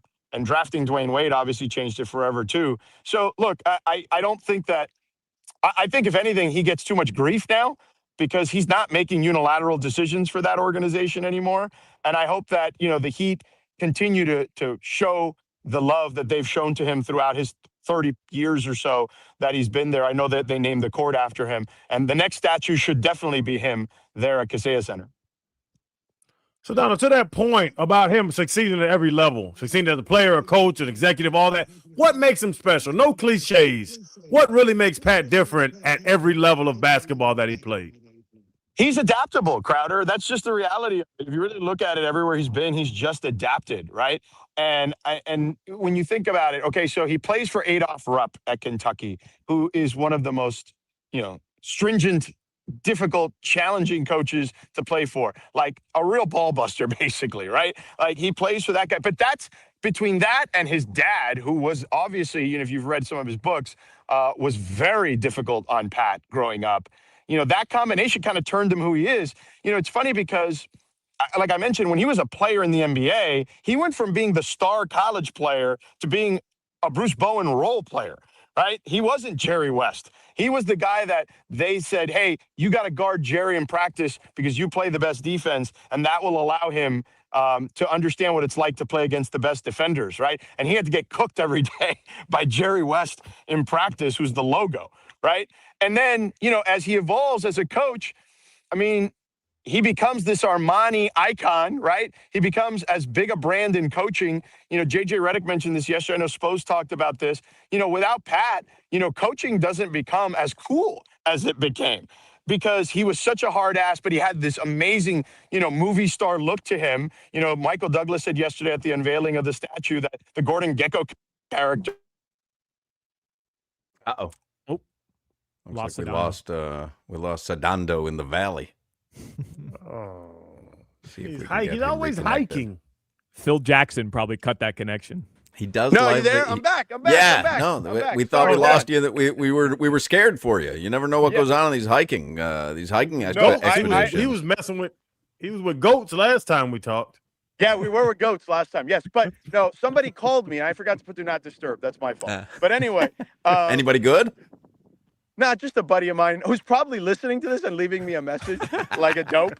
And it's like, and not realizing I'm doing this on my phone, but he probably thinks I'm on the actual phone, not on video. But anyway, Gus, I'll call you back, okay? He's my buddy in Miami. But anyway, so long story short, right, he's the Armani guy, he's this and that, but he's still Schenectady, New York at the heart, man. So he goes to the Knicks, adaptability. Different kind of roster. He doesn't have Showtime Lakers. He can't run up and down the floor. He doesn't have Magic Johnson and all these guys, James Worthy, Kareem. He's got Patrick Ewing and a bunch of role players. And he gets them within, again, as I mentioned, one bad John Starks game from winning the championship. Okay? So, and then he comes to Miami and literally builds basketball in Miami. Eventually drafts Dwayne Wade in 2003 after the Zoe Timmy years and really changes the face of Miami basketball, made the Miami Heat the most important franchise in the city. So he should be beloved forever for a number of reasons, but adaptability, Crowder, is the one trait I always point to. He has no feuds anymore. We saw Dwayne Wade was there last night, and they only speak glowingly of each other. LeBron and he only speak glowingly of each other. He's mended all fences, right? Yeah, I think so. That relationship with LeBron is not icy. The relationship with Dwayne is in a great place right now. I don't think there's any doubt. And look, I think that, that started back in 2018 when Dwayne came back. And I think over time, Pat, God, I don't want to say this because it comes across disrespectful, but he's kind of softened a little bit in a good way, right? He's softened. How about this? I don't want to say he's softened. He's rounded the edges a little bit. That's probably a better way to describe it. Actually, when you're saying that, like, he probably has not mended fences with Danny Ainge. No, Danny Ainge is still the bleepity bleepity bleep or whatever he called them in that press release in 2012. Yes, that's probably the one person. But he's rounded the edges, and I think he's also understood his mortality a little bit. Hoch, I heard him yesterday do an interview with one of the local icons here, Jim Hill, in LA, and he talked about that. He's like, look, I don't know how much longer I'm gonna be around. You know what I mean? And, look, I get it. He's 80. Like, it's understandable to even think that way while enjoying the life you have. I think that, I think he's just looked back a little bit at his life and said, hey, I've had a good one. I think he still feels like he wants to win. That hasn't changed his desire for wanting to win, and they're still winning in misery. But I think he's starting to, which is smart. I think we should all do some of this and take account for the good things in life, right? And it's hard to do it when you're in this business. And Crowder, you played professional sports, so you get this. Like, it's hard to do this when you're in the midst of it, right? When you're like in the middle of battle, right? But now he's removed from it a little bit, right? He's no longer the guy day to day making decisions per se. They do this as a collective there. So he's allowed to kind of take a little bit of a victory lap, and it's freaking awesome because if anyone deserves it, it's that guy. Yeah, we listened to the entire 4 minutes of the speech that he gave at the arena last night, and I said, after listening to him, I said, first of all, to be 80 years old and still command a crowd the way that he can is remarkable. And secondly, when he was done speaking, I just said, I love that guy. Yeah. Like, he does deserve all this, all the flowers. And there has been criticisms of him in Miami. You know it from, the past few seasons when they seem to be asleep at the wheel. But he does deserve all this. And Sedano's right. Like, he built basketball in Miami. This doesn't exist without Riley, and it's so great that they're doing all this, and he's 100% there. He's still Pat Riley, which I like watching him with that mic at the arena last night. Man, that dude commands a crowd the way he did 40 years ago. Yeah, it is incredible. I know, Crowder, you wanted to say something, but just to add to that, Hoch, like, he walks in that building, he is freaking royalty, okay? You say he built basketball in Miami, there's no question. But he started the real dynasty with the Los Angeles Lakers, when you think about it, right? With that first championship. Yeah, they had one, but when he was an assistant, but he was also part of that, right? But they really took off when he was the head coach, winning those 4 titles and, going to the finals. Was it in, I think it was 8 of 10 years or whatever it was? Like, think about that. 8 times in 10 years. They went to the finals. And that's why when he said the thing about LeBron yesterday, he believes that, and he's always believed that. I'll never forget. He told Levitard that years ago after LeBron left that he thought they had something special. And LeBron, interestingly enough, even kind of said, "Yeah, the car." He said, I think the phrase he used to Dave McMiniman of ESPN was, I didn't go to Miami thinking I'd only play there 4 years. That's just kind of how the cards played out. But yeah, of course you think back and you think to yourself, like, yeah, what could have been? You do think about it, sure. But I think that the decision I made is the decision I made. It worked out. But yeah, of course you think about what it could have been. And to that point with Pat adjusting, because he even gave James Worthy some goofball excuse for wearing a tie, Sedano. Yeah. All he does, this goofball stuff about dressing up, man, it's silly. Solana and Hoch were giving me hell earlier in the show. Why the hell does a coach need to wear a suit?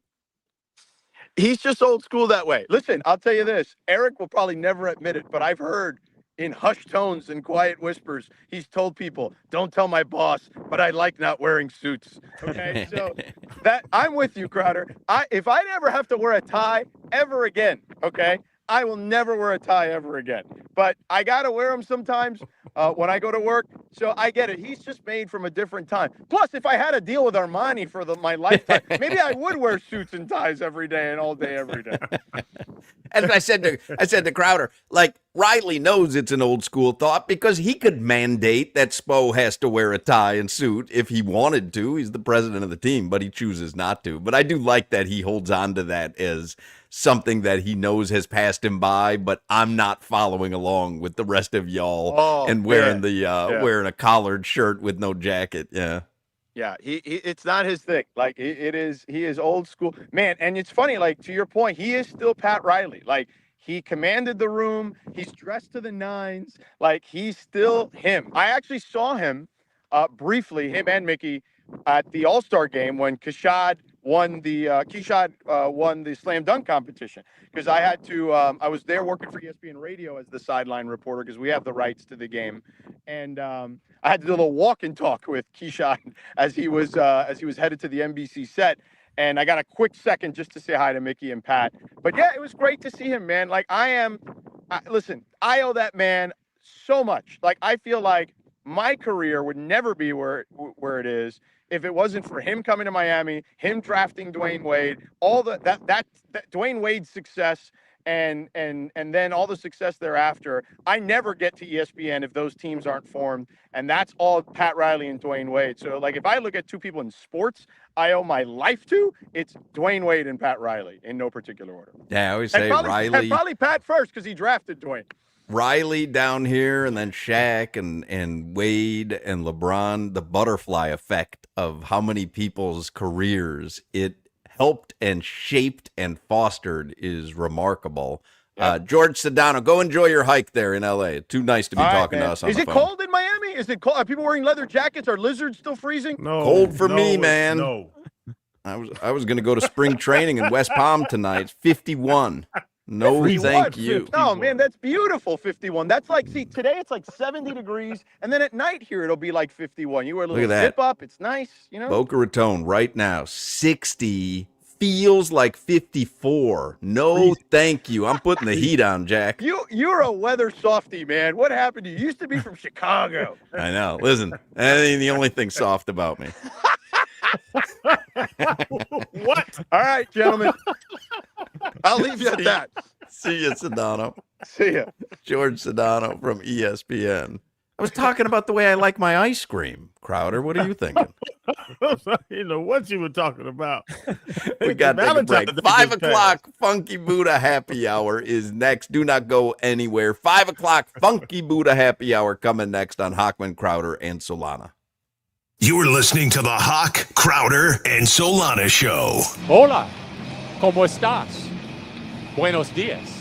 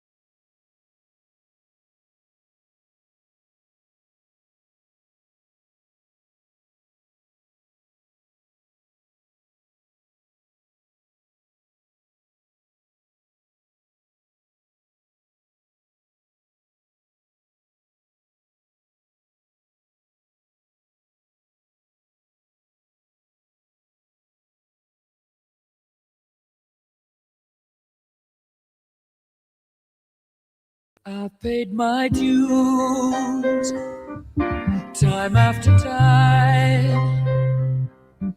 I've done my sentence.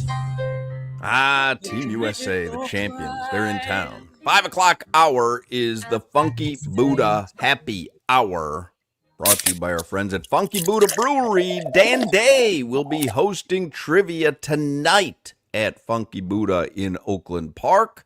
And speaking of hockey, before you know it, Thursday night, you'll be back at the Amerant Bank Arena. You can enjoy some Funky Buddha over there. And Friday night, another Panthers game, and you got the Funky Buddha tap room right in the arena. By the way, Sticky Treats is back at the tap room in Oakland Park. It's available nationwide, well, statewide at a retailer near you. And I think I mentioned last week, Formula One F1 returns March 7th, and Funky Buddha in Oakland Park going to be your number one race paddock for every race.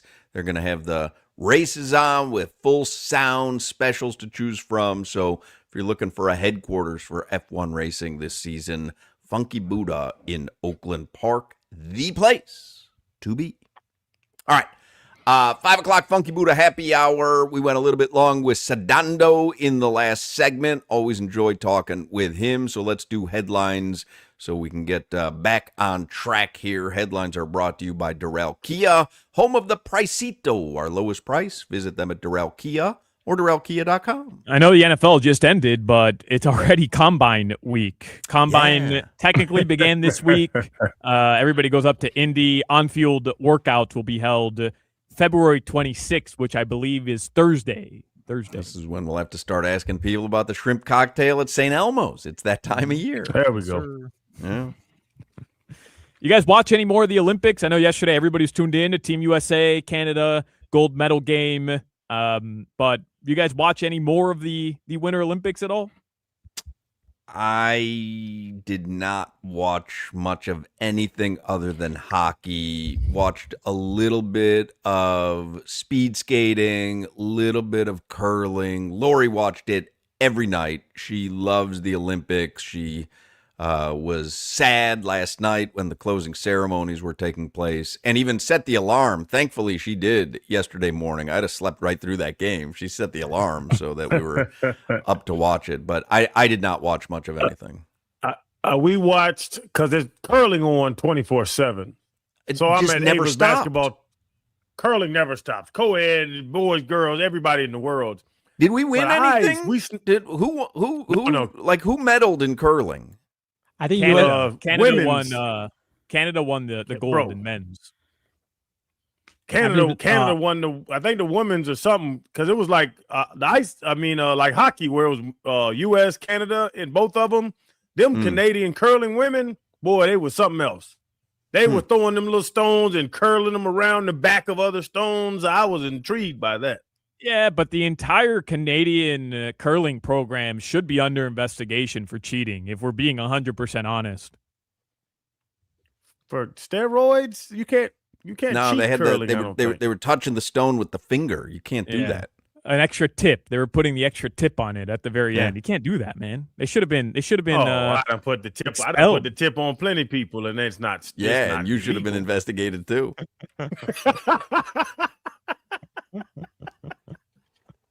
The final Olympics medal count. Crowder got one tip. That's all you got. Norway was the winner. They were the odds-on heavy favorite. They've been the top medal winner over the last two Winter Olympics. 41 total medals, 18 total gold medals. USA did finish second, 32 total medals, 12 gold, which was the most gold in USA Winter Olympics history. Italy, host nation, was third. Germany, Japan rounded out the top five. All right. This was a weird story. Tyrese Halliburton diagnosed with shingles. He's not playing, but they had to force him away from the team because he has shingles. Yep, saw that. What is shingles? Chicken pox when he's a baby. If you get chicken pox, you can't get shingles. You see, no. If you get chicken pox, then you have the shingles virus active in you. So I can get shingles now? Well, when you get of age, I know I got the shingles vaccine as you get older. I don't know what it is, if it's 50 or not, but you get the shingles vaccine But yeah, if you've had chicken pox, then the active shingles virus is alive in you and can just show up at a random sporadic time. No, I not have to now, watch out buddy. then. You had chicken pox, Jimmy? Yes, I did. Yeah, you were down for weeks. I got chicken But pox Hoch- for 13 hours. I never had chicken pox. Can I get shingles? Man, I feel like there are probably people more able to answer this intelligently than I Ask am. Claude. I'm going Claude. to ask Claude right now. I'm glad you suggested it. Hey, Hoch, how's it going? Good. I was curious, if you've never had chicken pox, can you get shingles? So the short answer is no. You need to have had chickenpox first to get shingles. Shingles is a reactivation of the same virus that causes chickenpox, which stays dormant in your nerve tissue after you recover. If you've never had chickenpox, you don't have that virus lying dormant, so shingles can't develop. That said, you can get chickenpox at any age if you're exposed to someone who has it, and then shingles becomes possible later on. Have you ever had chicken pox, Claude? Oh, got it. No, I haven't had chickenpox because I'm an AI, so I don't have a body or immune system. But to answer your actual question, you can only get shingles if you've had chickenpox before, since shingles is caused by the same virus reactivating later in life. All right, glad you're feeling well. Solana, don't get chicken pox. You're going to die. Bro, that's crazy, man. The Florida Panthers sent more members Claude to the keeps Olympics. it a buck. Let's be honest here. I mean, he'll tell you, I'm straight up. I'm AI. I'll put his foot down finally on you. 7 of the Panthers' 10 players medaled. Kachuk won gold. Sam Bennett, Marchie, and Sam Reinhart, those losers, won silver. And Anton Lundell, Losterainen, and Nico Mikkola won bronze with Finland. All right. Panthers are back at it Thursday and Friday. The Miami Heat will be in Milwaukee tomorrow. By the way, if you're interested, Crowder, because you seem a bit down on the Miami Heat, unlike Hoch and I, who think they're going to go win the NBA title with Tyler Herro's return. I'm putting that in right now, as a matter of fact. Let me see what we got. You can, right now, get the Miami Heat to make the play-in tournament at minus 200. Well, that's terrible. What about to make the playoffs? Well, that's not available. But to make the play-in tournament, sure? Crowder, put your money where your mouth is, minus 200. Yeah, I didn't see odds to make the playoffs on Hard Rock Bet. Just odds to make the play-in tournament. So, Solana, you weren't here. We talked about it. Is there anything else that can happen other than Tyler Herro goes crazy? Because everybody else has been playing. Like, there's no more variables other than Tyler Herro bringing this invigoration to the program. There is, by the way, Heat to make the playoffs, reach the playoffs, excuse me, which means they could do it either way. Yeah. So to reach the playoffs is minus 400. Yeah. No is plus 300. Well, they're the play-in tournament champs, so I mean that's a pretty much given. They're not trust me, they make games. it to the play-in. They're as good as gold to get to the first round. Crowder, the variable is health. If you say plus 300 to not make the playoffs. Mm-hmm. Hard Rock Bet app, right?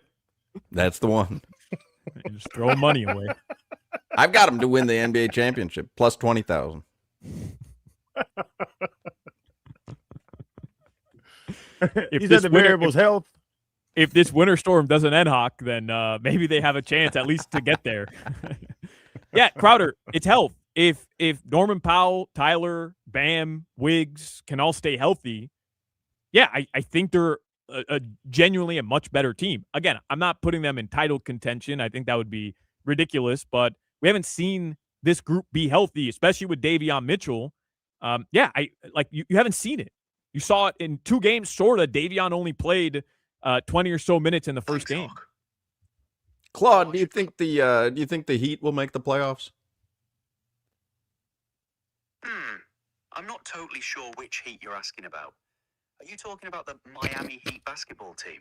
If so, I'd need to check their current standings to give you a real answer. Want me to look that up for you? Yes, please. Right. So the Miami Heat's playoff chances depend on where they are in the standings and how much of the season Well, is that left. I know, Claude. Let me search for their current situation real quick. Right. So the Claude Heat are sounds like a looking pretty proper good, bloke. actually. They're currently 27 and 24, sitting 7th in the Eastern Conference and leading their division. That puts them in playoff position. So yeah, they should make it. All right. Well, there you have it. Well, From Claude. they're not 27 and 24 for everybody. This is why you shouldn't trust AI. This is actually happening perfectly for everybody to understand why you shouldn't trust AI. Chris They're Whittingham 31 called out Claude last week, too, for getting something wrong. I was asking about soccer while Whitty was on, and he's like, he's wrong. Yeah, I'm sure he was, because AI is crap. This is why I get paid the big bucks to look at a standings update from NBA.com and deliver that information to you. The Miami Heat are 31 and 27. They've won 3 straight games. And Tyler Herro, since returning, they've won 2 straight games, Crowder. That's the variable. But He's sounds healthy. so much smarter delivering it. Like, he sounds smarter delivering incorrect news than you sound delivering correct news.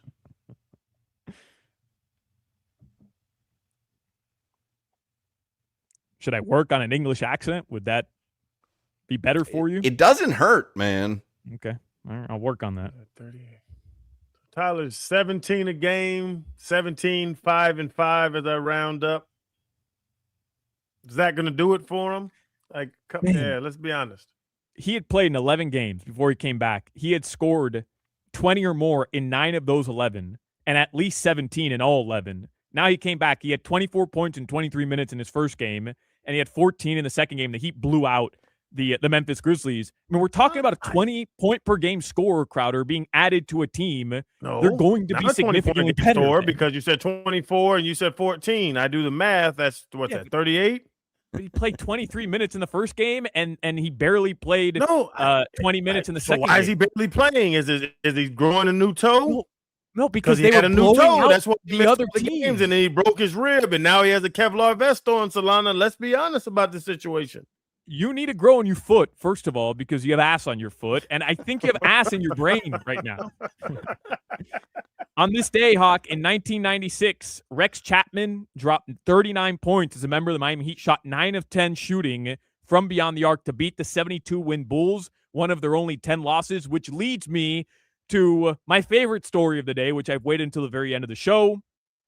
The Chicago Bulls have lost 9 straight games. They're now the 12th seed behind the Bucks, who stink. The Chicago Bulls, your Bulls, who we talk more about than any team this year, suck. They are so unfun to watch. Like the beginning of the season with Kobe White and Vooch, like they had a fun roster. Not that they were going anywhere, but they were going to be a play-in team. This roster is so little fun to watch. It's painful.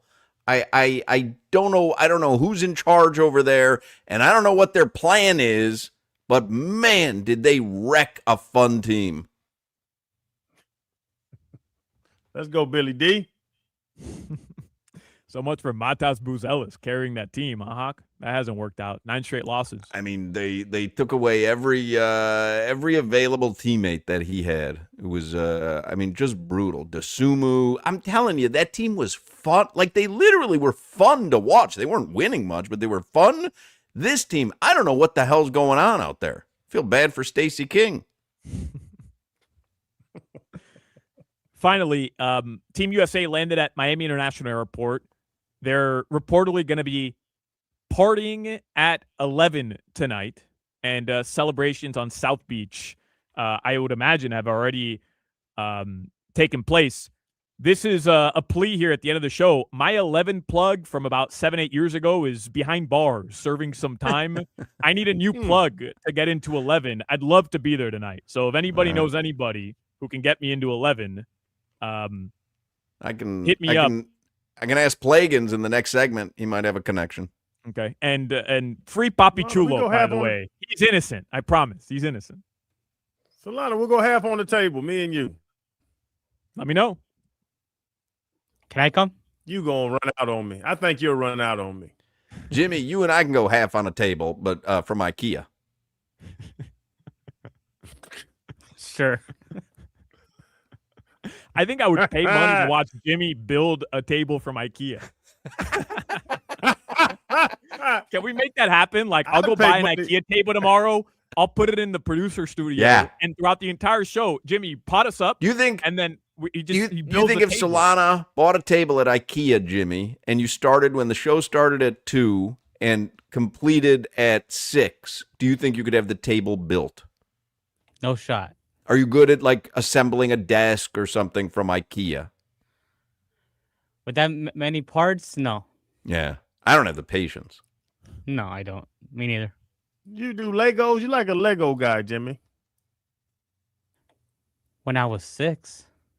I would just stack Legos up. Yes. Just like a skyscraper. Like the people that would actually build a house or something. I couldn't figure that out for the life of me. Every Lego, it didn't matter what set my parents bought me. It was just going to be a stack of Legos. The widest ones to the narrowest ones. And then you run it over with your helmet on? Yeah, pretty much. Crowder would bury the Lego set in the holes he was digging in his backyard.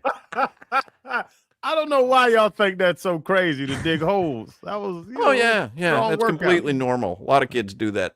And wake up in the morning, wake up early. I got to go dig some holes in the backyard.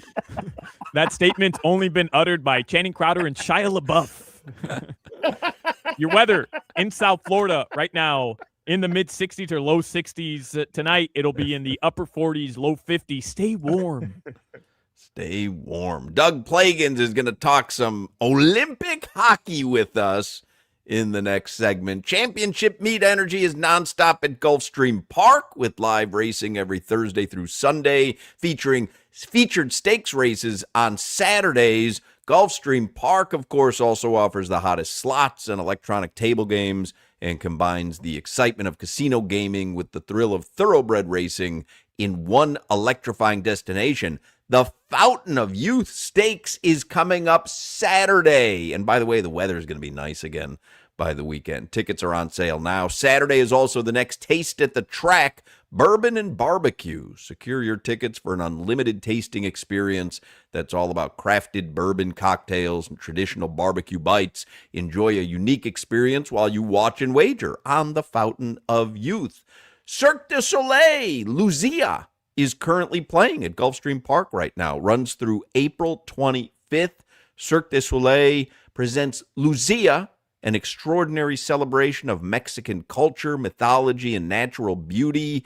And you can get tickets right now at GulfstreamPark.com. Again, that is running there until April 25th. And the 75th running of the Curlin Florida Derby, South Florida's biggest race day of the year, takes place Saturday, March 28th. And tickets are on sale right now. And you can get all the tickets for the Florida Derby and for Cirque du Soleil and for this weekend, Taste at the Track and the Fountain of Youth Stakes. You can do it all. You can get your tickets at GulfstreamPark.com. This is Hoch, Crowder, and Solana. I'd like to officially go on record. I am wearing underwear today. WQAM.